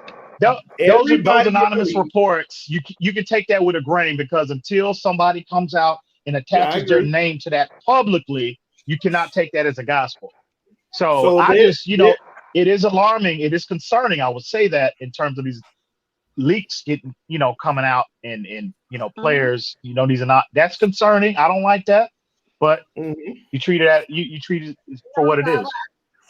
So there's been rumors that a lot of people have been like, hey, I love the defense and the coaching staff and what they got going on in Miami. I think a lot of people are looking for, and they got Tua, he's going to be this. Like, I would love to play with him. That's what you're not getting. You're getting that from college kids wanting to get drafted high at number 3. I'm not here. I can't speak. I don't know. I can't speak on that. For all we know, it could be, Flores' policy of, basically, stay on script, nothing but positivity, yada, yada, yada. Like, there's something you don't need to address. Let the front office handle that and, PR and all that. But I was just wondering, like, what you thought about what you guys. I mean, that's all. I mean, to me, there's no right or wrong answer to that. It's basically opinion based. But normally, like, the QB is one of the most protected people in the organization for the most part. And I mean, Deshaun Watson got retired players coming out of the woodworks from the Texans organization supporting him leaving. But we don't have a single player that says, you know what? Well, I believe in Tua. Tua is my guy. I mean, other than Gesicki. Well, but Tua is an amazing leader. Like let's be honest. Tua is an amazing leader, and I really believe he has the rest of the name yet. You got to take into account as well. You got to take into account as well. We've only given a 9-game sample size for Tua, right? Now, and I can't blame players. I cannot blame players for, just like we're hearing the rumors about Deshaun Watson, they hear him too. And so I cannot blame them if they're sitting there looking at Tua, a rookie, what he put on tape. Okay, they see him 6 days a week, right? I cannot blame them. And we see Deshaun Watson. We see a player of this caliber potentially becoming available. I cannot blame them if they're sitting, because I'm saying the same things too. I'm looking at Tua and I'm looking at Deshaun Watson, and it's not close at the level of the type of players that they are at this point in time. And you can't blame them. They know that too. So they're not going to come out and say, they're sitting there like, man, we love Tua. We love his potential. But damn, Deshaun Watson is available. We could be potentially getting a player at this level that's 2.5 years older than him, that's a perennial Pro Bowler, that's on a Hall of Fame trajectory. I mean, it's not, again, if it makes you feel uncomfortable, I'm sorry, but Tua's just not that player right now. And again, you've got these players. You got your Xavier Howards, you got your Byron Joneses, you got your Emmanuel Ogbahs, Shaq Lawsons, veteran Devontae Parkers. These players want to win now. A lot of these players, they don't have a year, let alone 3 years, to project what Tua will become. They want to win now. And so if this possibility is a reality, they're sitting there like, God damn, we get him, bro. We have a legitimate opportunity to be immediately overnight. The Dolphins go from a borderline playoff team to in the conversation in terms of AFC Championship overnight. So I can't, if a player's not going to come out and say, and again, it's just specific to this scenario. Correct. Tua for Watson, Tua and Watson. So I can't, I don't blame players for clamming up, that gag order being in place. Because if we have a potential to get this player, I don't want nothing to come out of my mouth to be misinterpreted that could contribute to us not getting a player at his level at this point in time in 2021. So I don't blame him.